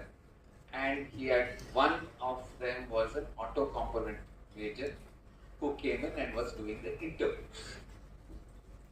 So he went in, he was facing the interview, not a great CGPA, not a great in academics, but he was very practically oriented. He knew the ins and outs of how automobiles work rather than just what theory tells you or what you learn a little bit in the lab of looking a model of 2D, two-stroke engine, four-stroke engine and other stuff. Because we all see these movies, right? I'm thankful that the question that she asked started off with Mahesh Babu and all that. We relate a lot of ourselves to the movies. The movies, I think you guys can guess this well. I think this is Dhanush movie or something where there's a ITI or a diploma guy and there's an engineer and the parent was comfortable. Which movie is it? Raghuvaran. Correct. So there's that engineer guy who doesn't know how to change. Fuse is off and then doesn't know how to change. Same thing is true, because if I get any of my electrical engineering guys and say, okay, this is a building that I run, just identify what's neutral and phase. They would not be able to. Most of them would not practically know knowledge of what's happening. If I bring my electronic engineers into my IoT lab and ask them to solve them, they would have never done it in their lifetime. So, and I was also just now talking to a few students. I was telling computer science guys, first year your C language, you by heart 7 to 8 programs and then go and spit it out in the exam or in the lab. That's what is your knowledge of programming. Yes, so practically nearly zero. So this guy, because of his practical exposure, in the interview he was a great hit. They were surprised. Like if you take your vehicle to the mechanic, a two-wheeler let's say, the guy just based on the sound of the vehicle will tell you what the problem is. You'll be able to identify. He's much better off than any automobile engineering guy who's studying there, because the mechanic knows it in and out. I can know if I'm going today, I have some problem with my car and it's giving a sound. I know if I go, he'll say it's timing belt. Thankfully, I'm a little bit practical, so I know it's a timing belt issue. So this guy had that knowledge in the interview. He was pretty comfortable. You know what happened? Surprise, surprise for him. This is how things happen. Things change your life. This guy was immediately told, Ujjwal, you're selected. Come and sit as part of the interview panel and interview your own class question. The same guy he's now started being in the panel, afraid to ask his own friends questions, but he was observing. He was very good at observation. So he's observing people coming in CGPA 9.5 to 9 to 8, 8.5s and all coming in, sweating, nervous in the interview, not able to get their mind together, simple questions not being asked, anything practical, of course, no idea. So he understood a problem that people have a problem, because to campuses you have all these things called campus recruitment trainers who will come and tell you how to face an interview, how to prepare your resume, and especially when it comes to how to face an interview, it is told in a group, do's and don'ts. Do this, do this, do this, don't do this, don't do this. And so he thought, okay, this is one area where there's a need that people will need to have some help in how to face an interview. That's understood.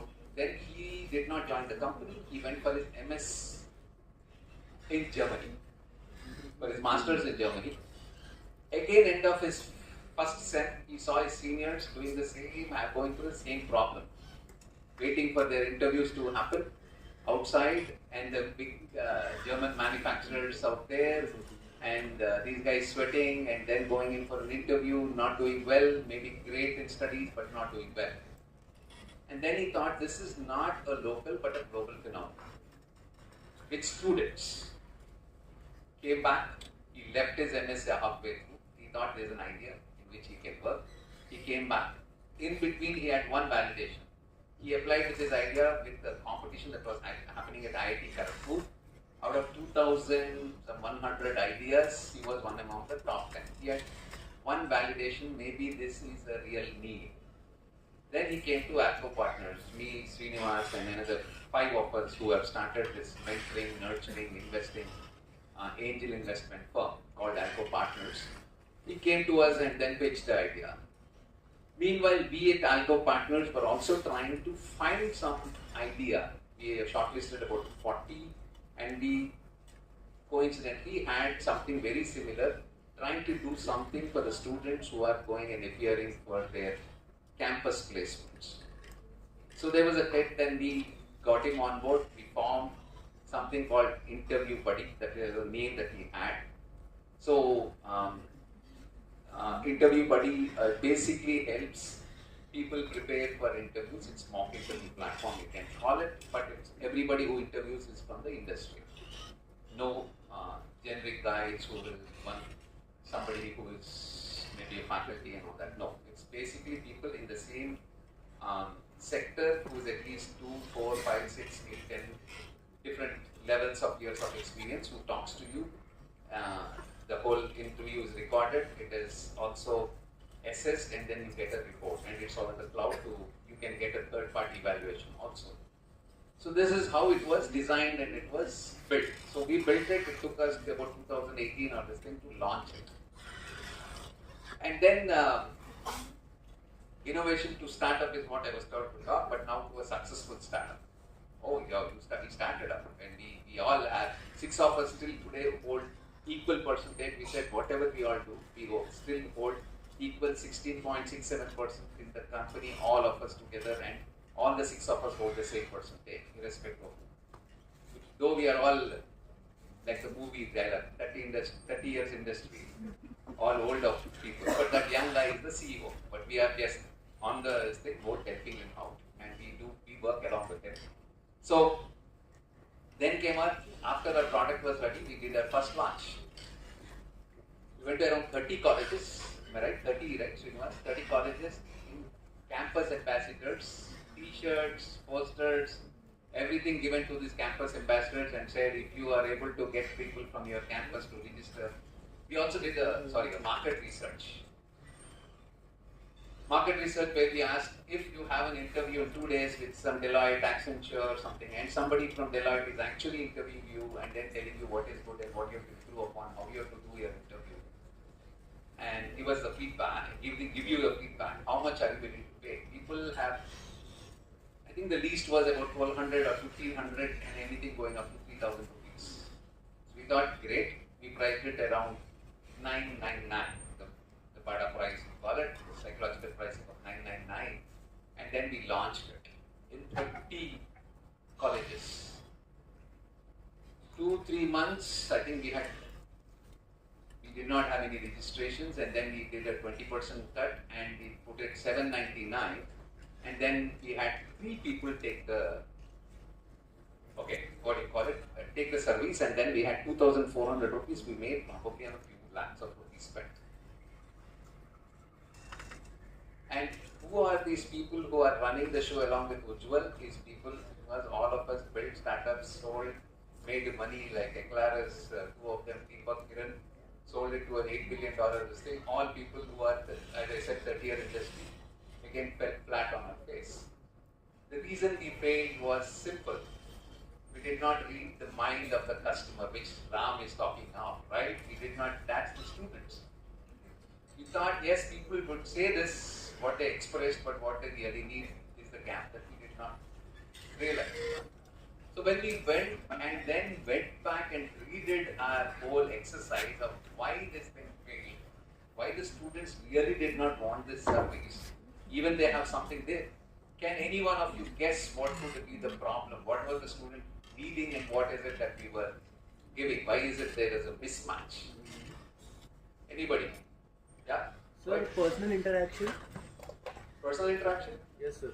No, so you said since it's video, they wanted a one-to-one personal Yes, interaction. sir. Okay, no. Thank you. That's good guess.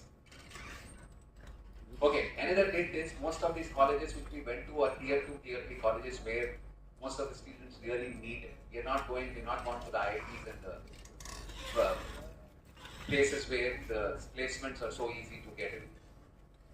What could be the reason? Yes, please. The colleges themselves provide mock interviews to the students. No, the colleges were not providing mock interviews. They were giving one session like this and telling them what is good to do and what is not. This is like me telling how to start a startup. But every startup is different in its own this thing. Every startup is in a different this thing. Every idea has its own mentoring requirements and other stuff. So that specificity was not there. That customization to the individual was not there. Colleges were having things, but it was in a group that they were giving these feedback from a corporate or a campus recruitment trainer. Yeah. Anybody else? Any guesses?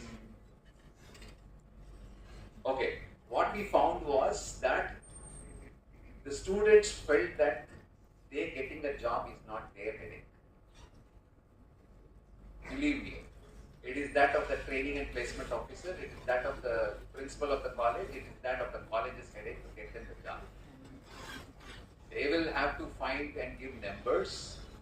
Otherwise, if they don't have enough placements, next year nobody will join them. So it is their headache, not my headache, and they will have to pay the money. Or I don't care.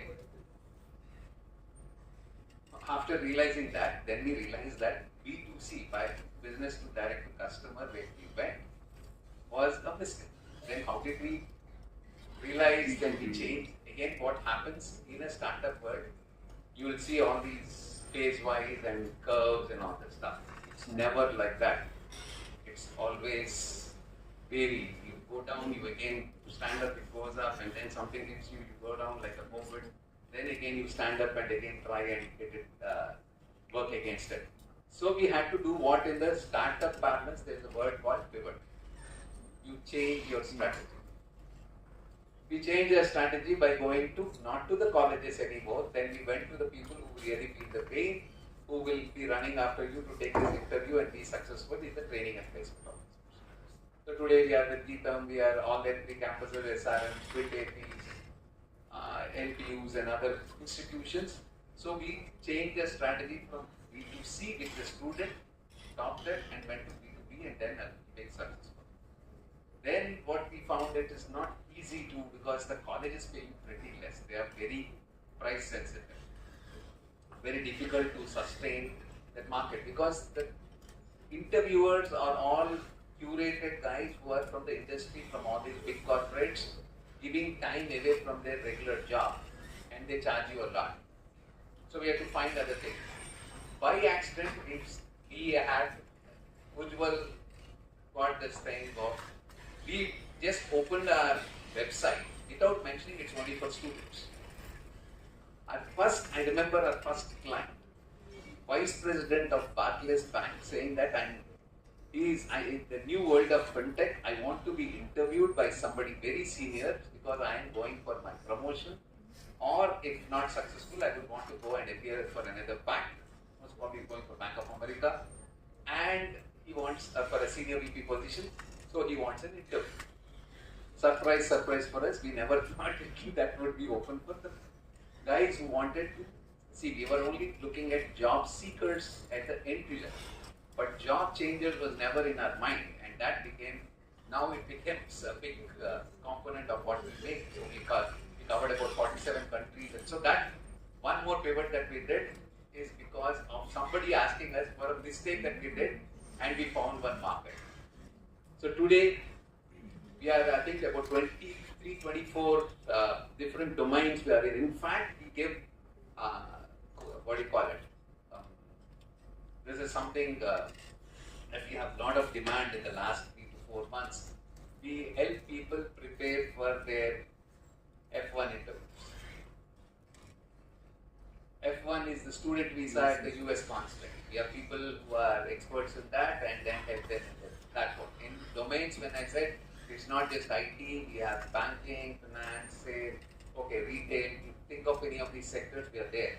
So we started getting into B2C again, but not to the students, but to a different segment, 2 years plus of experience, and then we said, okay, then we went to again into that segment, we went to B2B, which is again to the companies and said, okay, we will help you. You might have got for a position 20 applicants, we will help you shortlist it to 3 and give you the 3, and you can pick from the 3. For a large company, we help from about, we again then went to companies and said, you outsource your complete entry level requirements and we will change, we will do it for you. And we went to a company which usually goes to 70 campuses all over, travels, does 4,200 students and then picks up those 200. We completely taken over that process and we do it. So you change, you have, so what you think, the point that I'm trying to make is the initial idea with which you start will not be the final one. If you're going to start and remain with your initial idea, that's what most of the startups fail, because you start with one, especially product startup. You start with a product, if you don't have a product roadmap for the next 5 years, what is it that I'm changing continuously and making the newer one? Otherwise, Apple would not have Apple 14 or 13 and all that stuff. It would have stopped with Apple 1 and it would have stored. And whoever not caught up with the market would be your Nokias and Ericssons and others who have not listening. And technology also changes. If you're like a filmmaker or you're a photocopying guy or something like that, the technology, just the cell phone has replaced a lot of products, pagers. I know you can give me hundreds of examples that the cell phone had replaced, pagers, calculators, whatnot. So if you're in that business trying to very passionate and emotionally attached with that idea, and you're trying to and making it better and all that and trying to sell, technology has other things plans for it. And if you're not transferred to that, you would have been dead. So whatever you start with, you say, I have a great idea. An idea in itself is only a starting point. So an innovation is only a starting point. And remember that as you go forward, you will face a lot of these things and it goes up and down and up and down. And then you start fine-tuning these ideas and to make it successful. Today, interview buddy is 3 years into profits, successful, Ujjwal, and again a story of not maybe 10,000 rupees per month was the salary. Now, is it increased now? Is it more money that he makes? But his valuation is in crores. So he had a lot of setbacks, but even on the personal front for taking up entrepreneurship. On the personal front too, I can't reveal, but because I told the name of the person, what setbacks, but we had to do a lot of personal counseling also because it was very low. Very close to people leave and go, right? Because you what, you don't make money, how long can I be along with you, how can I believe in you and continue to be there? But today he got the money. This is like a movie story. Now he is today valued a few crores and then now he can command a sort of respect in the market and other stuff. So then other few startups I talk of, 1 or 2 more. Student startups again. EduMoon. Anybody heard of EduMoon? At least in the campus, any student should have heard of EduMoon. No? Yes, sir. Okay. A few of you, yes, about 8, 10. That's good. 2 guys, Vikas and Mahidar, started this. You know the idea with which they started? I know all of you know the word or the meaning of the word when I say one-day batting. How many of you know what I mean when I say one-day batting? You know, you study for the exam, the overnight. It is not even one-day batting, it's T20 because 9 to 12 you finish the exam, you come, you have lunch, then finish and start 2 o'clock, 3 o'clock, 4 o'clock for the next day, 9 o'clock this day. Then you have sleep time, getting ready all that time. It's probably about 8 or 9 hours you prepare for that subject. And what do? You actually, they enable that process by giving last 3 years question papers. What are likely questions to come in this year? And all the all-in-one notes or even the faculty notes or the best student notes available to study. Along with few people who are the good guys or good people who, the girls and guys who are doing good in that subject, they will be available for chat online.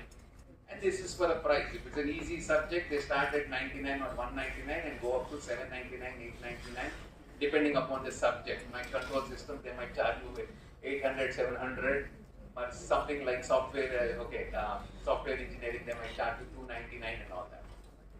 Phenomenal success, one exam, semester exam, they made 8 lakh rupees. And they come to me. So this is what we have, this is something. Ethically might not be right, but they have a market. Huge market. Now we did it for AU. We want to go to JNTU and other campuses and do this retreat. Yeah, that's a great idea. They will make money. But what do you think is the problem? Anybody can guess what the problem is? What is the problem? Getting the students to continue with the process. They will. Screen time. Yeah, students of late are too busy with their cell phones and don't care. They will anyhow come to you at their last moment. Last moment, at least 80% of the classroom will come. That should not be a problem. Yeah. The problem was you will get revenues only when there are exams. How will you get revenues right through January to December when you have exams only 1 or 2 semester exams, and then when you make money? So then they started thinking what to do and how to go about it, and then they said maybe this will not be a sustainable model, and then they got into clubs, they got into other things, which is merchandise and other stuff, which they launched. Okay, Vikas went to UK for his MBA, but Maidar is running it, they got 20 lakhs of funding, they're valued at 3 crores about a year and a half back. So they got into 5-6 clubs. You again see that pivoting from the basic idea to something else. They now have a coding club, they have a literary club, they have sports, they have entrepreneurship club, they have 6 clubs. I don't remember exactly the name of the 6, but that's what I think some of you volunteer for EduMove, right? Yeah. So they have, and they've been able to establish themselves pretty well. So with some funding, and they've started revenue. The last case that I will talk of is, this is an interesting case. Satvik and his team of 4 people, they thought fish that we eat is chemically infested. The pond, bread, or where you just like organic stuff, but whenever it is it's grown in the ponds, so it is fed with lot of junk to make it grow bigger and fatter, so that it's based on weight that you buy fish. So it's just like the chicken are infested with steroids, these are infested, they are made to eat all sorts of junk stuff to grow fatter. And that's what you eat. So these guys said, we will go with chemically free grown fish, vertical farming in urban areas. You don't need to do it. So you have tank over tank over tank, and completely monitored using IoT and artificial intelligence for feed management, aeration management, and all that stuff. These are 4 students. They initially did not have money. We sponsored for 20,000 rupees. Saraswati Madam and Ahab, we sponsored 20,000 rupees. And they went all the way up to Nellore and studied all the ponds, what happens. They came back and started the startup. In fact, they also went for a competition. UN, something called Hulk Prize, $1 million prize. They won at the university level, they won at the state, then at the national level, then at the Asia Pacific level at Ho Chi Minh, Vietnam, and then were sponsored $40,000 fully paid 2-month accelerator program. And they built this whole thing, and then built the MVP, and then actually sold it, and again now they're getting now into the second startup, which is basically how to take this sherbet that you get on the roadside into shelves. That's the second startup that they're working on. And can you guess these 4 students which, because they're using IoT, they're into marine, aqua stuff, and they're using artificial intelligence and all that stuff, which branch of, or which department did they actually come from? I'm sorry? Not computer science. Mechanical. No, not mechanical. Civil. I'm sorry? Civil. Not civil. They're not from engineering. BCom. Yeah. Oh, madam knows, and they're actually both law students. That's one more proving what this thing, when innovations to taking into startups, you don't need to be a subject matter. What do you call it? You don't need to have a degree in that specific subject that you are handling. I'm sure Ram had nothing to do with coffee and all the things that he had read or I know him for more than 16, 17 years, beta days and all that stuff. We were talking corporate world, everything we were associated, I used to go to him and all that stuff. So he was more basically a trainer, and he was basically a husband, he was basically a guy who was executing, he was managing, people manager guy, training guy. But what has he got to do with coffee? Basically, when you're passionate, you will learn and get into it and do stuff. So now I come to the conclusion. So now from a startup, or which is from an idea, taking an innovation to a startup phase, I again come back to that. The same this thing that I started off this with. It's not an easy journey. Two is, one is the idea that you start with, you usually would not land up with the same idea as you move forward into execution. You would pivot, and actually you would have to keep changing. Change is constant, right? And you'll have to have a roadmap as to how you change over into the future. Third thing, it is a long-driven process. It is not something that it happens. Nobody has become a billionaire overnight. It is a lot of hard work. I think while Ujjwal had made it, it's still Maidars and Satviks have still are fighting it out to make it big. That's your telling that's time out, is it?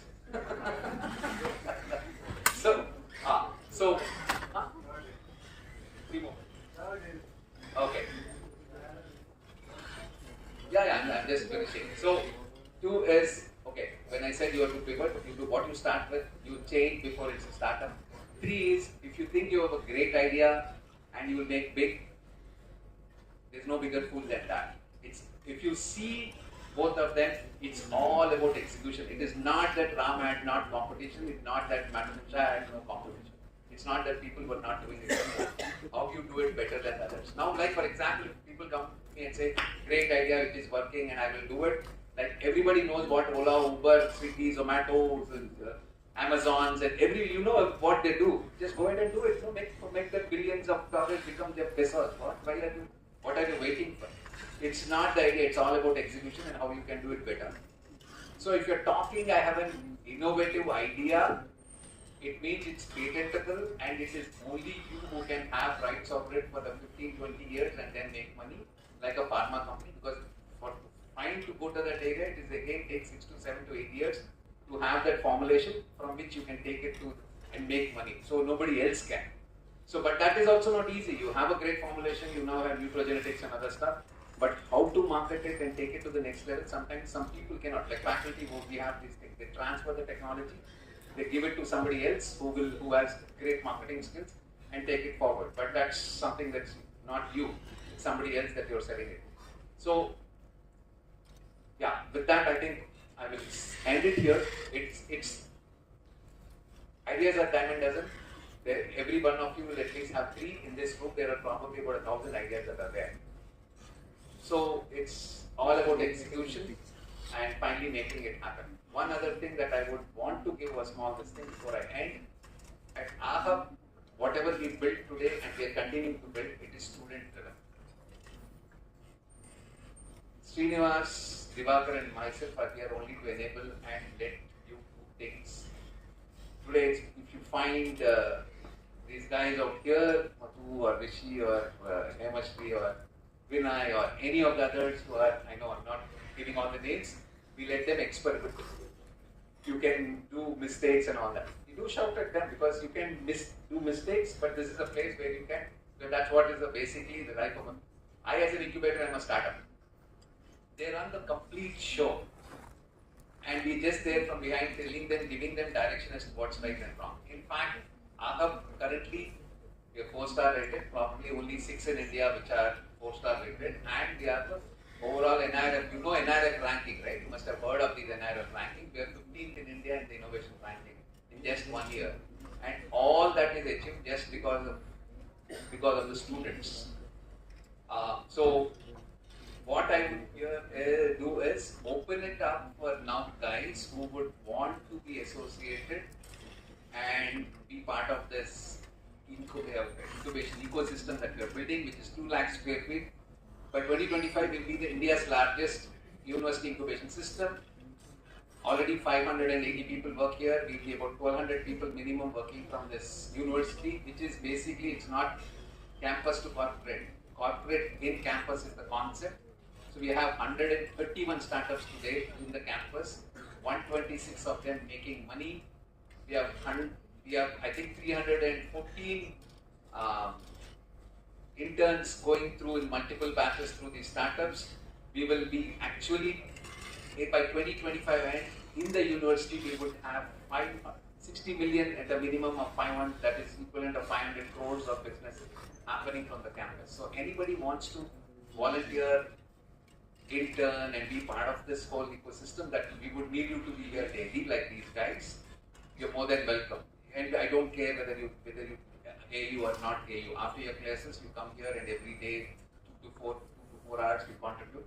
But of course, there will be work on Saturdays and Sundays. So, so you can be part of the thing. So this is just this thing opening up to be a part of the ecosystem, because if you want to get into a startup, observe them from close, what these founders are doing, who are there day in and day out, doing the hustle bustle, and then trying to make it big. So what is it that is making them successful? You can watch closely. That's the advantage of being a part of an incubation ecosystem. Okay, with that, open for questions. Took my 6 minutes, I took it back.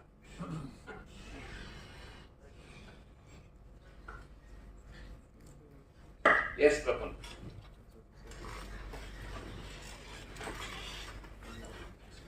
Hi Ravi. Good afternoon. Okay, so thanks for sharing all the 3 stories and wonderful journeys. So a quick question for Interview Buddy. So now Interview Buddy is a product or a service first off? It's a service. Right. So the second question is, when in a startup we have these values. When we started with Interview Buddy, you mentioned about this specific product is not for IITs or big colleges, Tier 2 and Tier 3 colleges. And after we built the product and reached to 30 colleges, and later we got to know that students are not considered themselves, placement is not their responsibility, rather the college responsibility. So now it got pivoted to F1, like the hiring, the interview mechanism. So what happened to the real entrepreneurship, like the problem solving of for the students who are in Tier 2 and Tier 3 cities? Okay, I think I was clear. When it comes to the students, directly going to the student and trying to get him to pay from his pocket was very difficult. Even an interview 1 or 2 days, he's just selected one, still to be waiting for an interview and then coming to have a respect. Students, we found spending that 800, 700, 600 or even 1,000 rupees, they had more priorities for that spending. Maybe it's Domino's Pizza, it's a movie with a girlfriend or something like that, because they're already in the near age of getting into a job. So, while we have not got the student directly B2C, that's why I said we went B2B, went to these Tier 2, Tier 3 colleges and then got them onboarded. In fact, we also have a few IITs and IIMs and triple ITs also, because they felt that there is a need for these guys, because a lot of people, if you are able to crack a 30 lakh per annum interview instead of a 20, this thing, it helps. So some of these things, but there's again a challenge there. When you're talking about institutions like AU or IITs or the IIMs and all that, these are all government-run institutions and they cannot give you an order directly. So those things come through the student clubs. So student clubs form this thing, they talk to students, that they find that who all need this as a thing, they collect the money, they come to us and then give the service. But largely, we are now very much present in the Tier 2, Tier 3 colleges, not directly to the student, but indirectly. But again, you're right, B2C happens when it comes to the F1 visa, because it's the individual student, it's not to the college, it's to the parent or the student who takes a decision to come and then take the service. So again, both are mixed this thing. So in the campus recruitment space, it's B2B. We also are, in fact, other things that we have are, we are B2B with digital e-learning platforms, because after you take a course, you want to know how good you are in that specific. You take, let's say you've taken a course on AI or digital data analytics or something like cyber security, and then want to get yourself checked. How good are you with the industry? Then we are back-end partners because we are white label. You go to even Monster, you go to Skill Villas, Upgrant, and Skillovilla, a few of these big digital e-learning platforms. We are their back-end partners. You will not see anything into everybody. It's their brand, but we are white labeled. So, and then we give the service too. Even resumes and all that, which is Monster and all that. I hope I answered your question. Anything we can be still in the incubation center, we can further come. Yes, please. Any other questions? Yes, Jay. Yes, sir. Regarding the entry study, what is the entry barriers that you have created so that competitors would not enter into your space? And who are the competitors? We have quite a lot of. How is white labeling as it was working for you? And would you prefer to have a label or brand of your own? And what is the steps you're taking? Yeah, okay. You're talking about competition. Yes, there are a lot of people who are there in the same space. It's not, see again, people have this myth saying that I have a great product to give, which will give me a market advantage. No, it's not about, he said no. So it's not about the product, it is the service. What is sort of service that you get. There's a specific reason why you go to a specific thing. There are multiple choices that you have for a specific service. You choose A, B, C, you choose a restaurant, you choose a courier delivery system.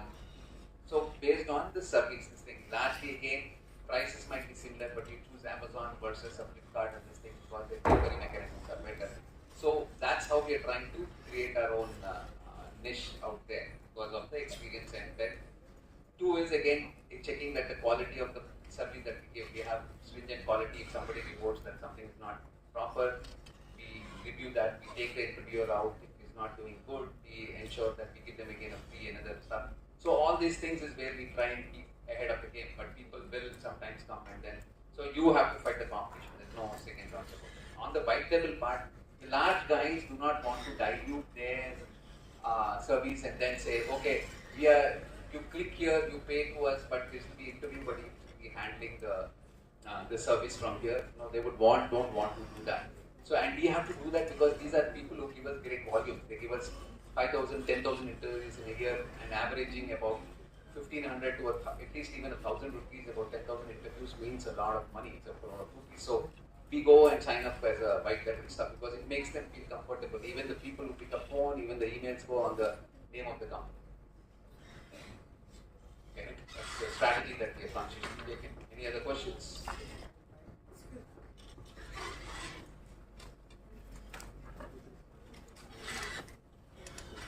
Hello, sir. Yes, please. Sir, if you look at governments or universities, they are coming up with various schemes and incubation centers and all. And recently, Central Finance Minister, she clearly mentioned in the open platform, like, stop running towards the competitive exams like UPSC and start thinking about entrepreneurship. Yeah. But on the other side, even if you look at the auditorium, there are many children now. Not even a single parent will agree, like if they go them and tell like I want to become an entrepreneur. They'll think like something wrong happened to my children because they're thinking towards entrepreneurship. Like how can we convince our parents first before convincing our customers about our product or service? How can everyone here, there might be in a situation in future like convincing the parents, like how it is possible to convince the parents? Yeah, I think that's the biggest problem of all. Convincing your near and dear. When two people who are successful have still a problem in their home, calling you, what are the hell? In fact, the same thing, being a chief of quality at Tech Mahindra and then leaving it for a startup, becoming from a 7-digit salary to again to zero the next day. The wife will ask you, forget about kids, the wife will ask you, are you crazy? Are you mad? What are you trying to do to yourself? If I lost my job, no problem because there is no other goal. But so, yeah, of course, entrepreneurs are crazy people, and it's difficult to convince the parents. But things are improving. if when I passed out, if I said I would start a business, the word entrepreneur startup wasn't even there. If I want to become an entrepreneur, I'd say to make my parents understand I want to start a business. They would have think somebody had put black magic on me and then put something and this guy gone mad. So they would maybe take me to a psychiatrist. But today it's more accepted. People see success stories, people this thing. But at a very young age, people might find it a little bit of difficult for you to accept as an individual. Maybe sometimes you are as a team of 3 or 4 people. Suggestions: if you want to go early into the market, have some advisors on your. If you think you have something good, people will come, like an incubation center. You can come, some mentors and advisors who will be able to convince the parents, saying that there is something in this and let them try it. 2 is, if you fail, let's say you start something and fail, what is the backup system? Today, a startup ecosystem, I think Prabhu or others out here, they would agree. I would pick up a guy who has tried a startup, failed for maybe a year or 2, and wants to come back and again work with me. I would pick him up rather than a fresher or anything else, or even a guy with 2 years of experience, because he knows highs and lows and what do's and don'ts of startups. So I would pick him up and make him part of my team. Today there is acceptance for a guy who's failed in startup to go and get into a job. Not an employee in a startup. I'm talking as founder in a startup who's taken the risk and failed. 3 is, the statistics are wrong, because they say 95% of the startups fail. That is first time trials. Second time when you try, it comes down to about 60-70%. Third try, you'll be 70% successful, 70 to 80%. The failures are 20 to 30%. Because you know how to beat yourself and do something better. So you learn from your mistakes. Third time also, if you've done and not done it wrong, either it's pure sheer bad luck or you're too stupid. So something is wrong with you. So parents are slowly started accepting it, and if they don't, keep the idea, keep working on it. I see a lot of people entering into the startup world after 3, 4, 5 years of corporate life, doing something, make some money of this thing, earn some sense of independence or freedom in front of parents and all that stuff, and then get into that different strategies. Otherwise, if you want to, as I said, you want to go in early, have some mentors and advisors who are old grey-haired people like us who will try and go and convince parents. So with your permission, one more question. You can ask him afterwards. Okay. We are getting close to 12:30 and we want to keep our record of always being on time. So please excuse us. Thank you. Thank you, Ravi.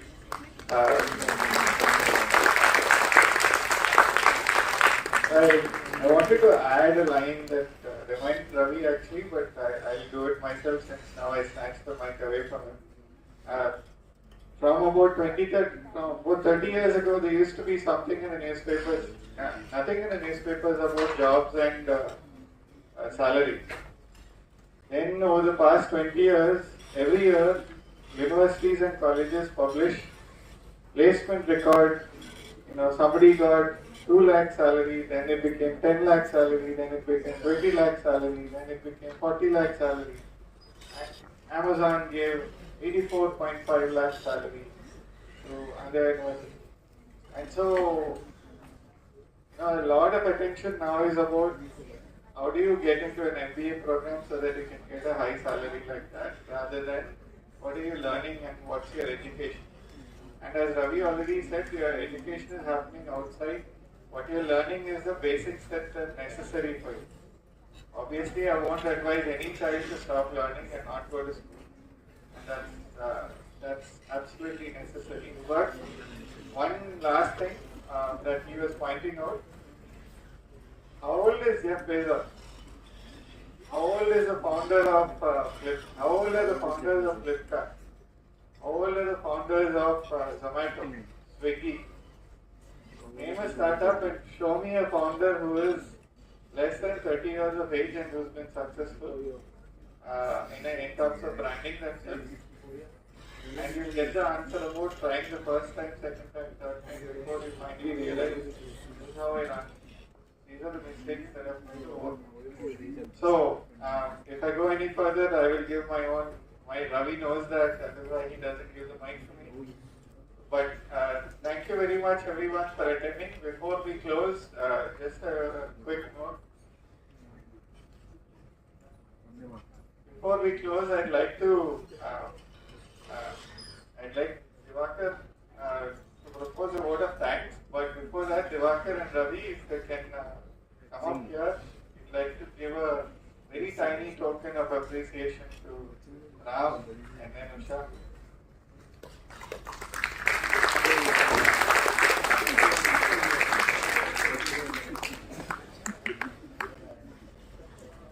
Having to. Ravi is a third speaker, but it felt odd giving a gift, giving a memento from us and himself to himself. So we're going to pass that. Ram, introduction.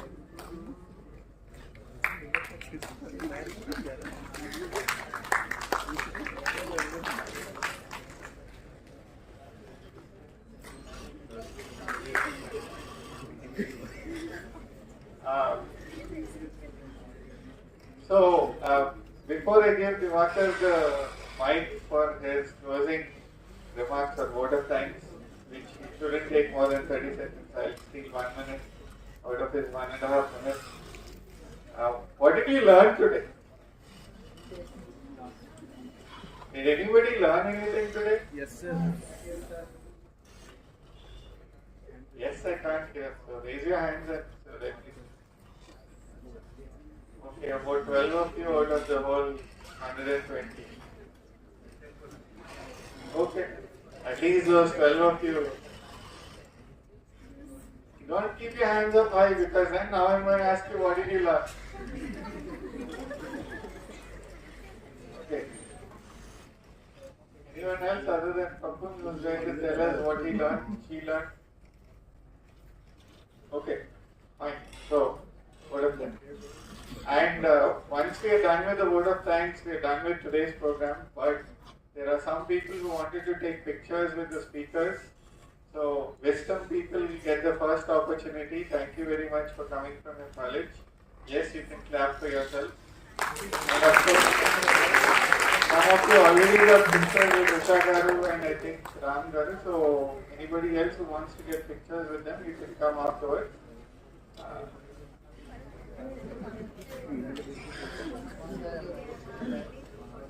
That was a great program. When I started, I asked how many of you are aware of AHA, and very few hands went up. Now I'm sure all of you are aware of AHA and what we do. If you want to know more, we are on all social media, Twitter, Instagram, Facebook, LinkedIn, any other social media that we're not part of, let us know and we'll get on it. So please follow us, engage with us, connect with us, come visit us. All faculty out there, please let others know. The students, let your parents know. You can probably bring your parents. You can have a little session with parents because that seems to be a concern. But thank you all for coming. So I want to thank Usha Garu and Ram Garu to come here and share their journey. That was really, really interesting to learn what you went through. The highs and lows of our entrepreneurial journey are really important to learn from. We have a set topic for each of them, but their stories illustrated a lot more. So thank you very much for spending the time with us. Thank you, Ravi. As usual, there are a lot of stories that you can tell, but you keep saying you don't have as many stories and you run out of time. So there is a lot more to share there. So thank you for all the...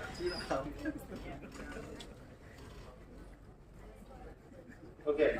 Thank you all faculty who brought your students here. And thank you everyone who spent the time coming here. And the volunteers. All the volunteers that are sitting in the front rows and those that helped us put the snacks out and helped with registrations and all that. This has been a great program and I'll hand back to you.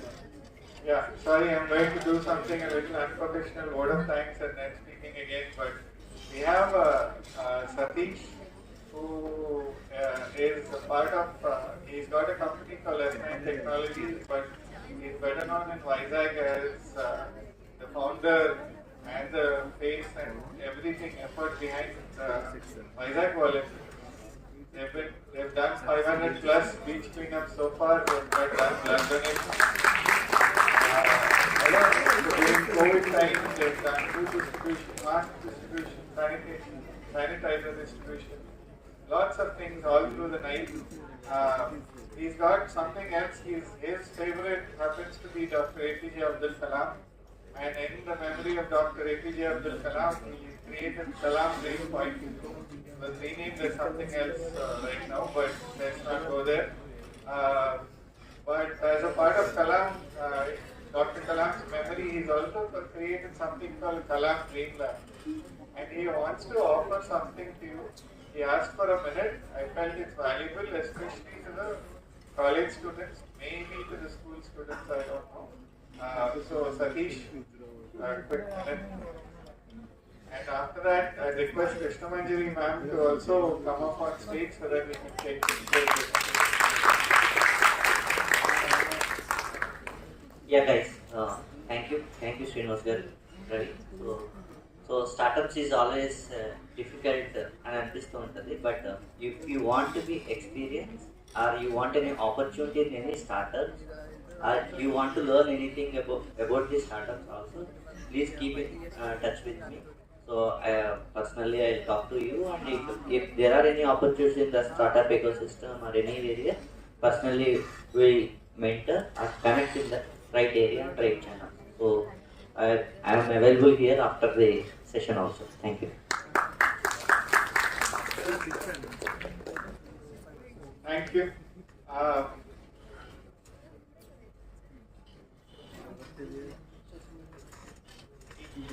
Speaking about something important that I just learned. We were talking about how Shagar can connect with schools and colleges, figure out ways to on organic farming and terrace gardening.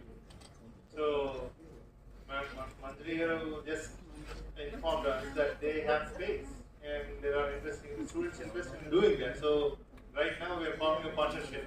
So, I'd like to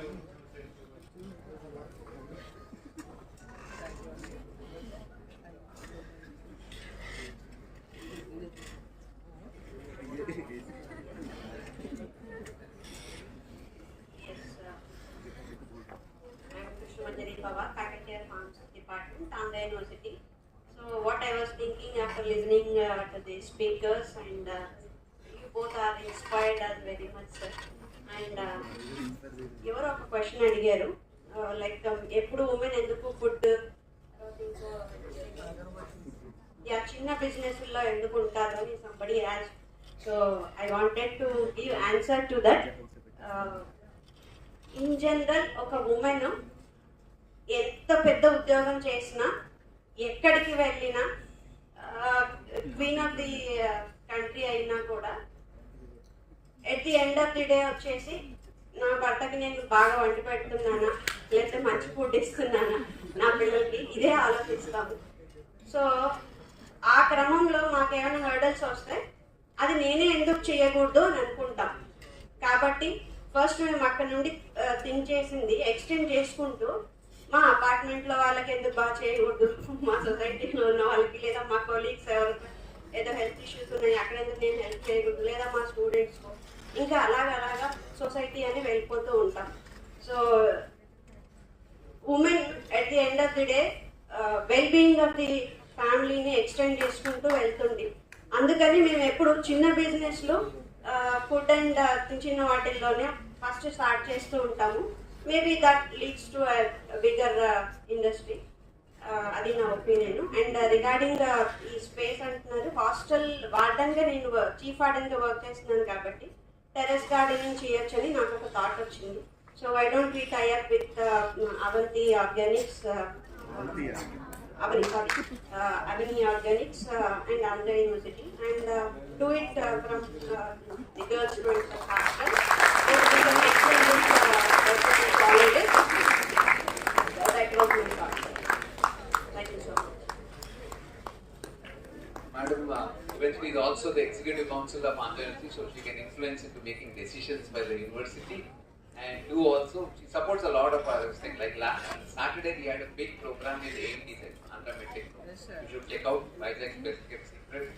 And she sent 55 students from Pharma. We had a biomed and tech idea launch from 4 representations from 4 states, 7 startups being incubated and funded and other stuff. So thank you, madam, for your patronage and your support to the incubation center. Thank you. Thank you. Thank you, everyone. Just one last thing, because the kids are here and some hackathon participants are here. Our next hackathon, September 23rd, 24th, Agri-Tech. And Usha Garu just agreed to give me a few more problem statements. If some of you go talk to her, maybe she'll leak one of those problem statements. Thank you very much. Have a nice day. Thank you for coming here. And those of you who wanted pictures first, wisdom, you better run fast and come first so that we can finish with you and then move on to the next one. Thank you. Have a good day.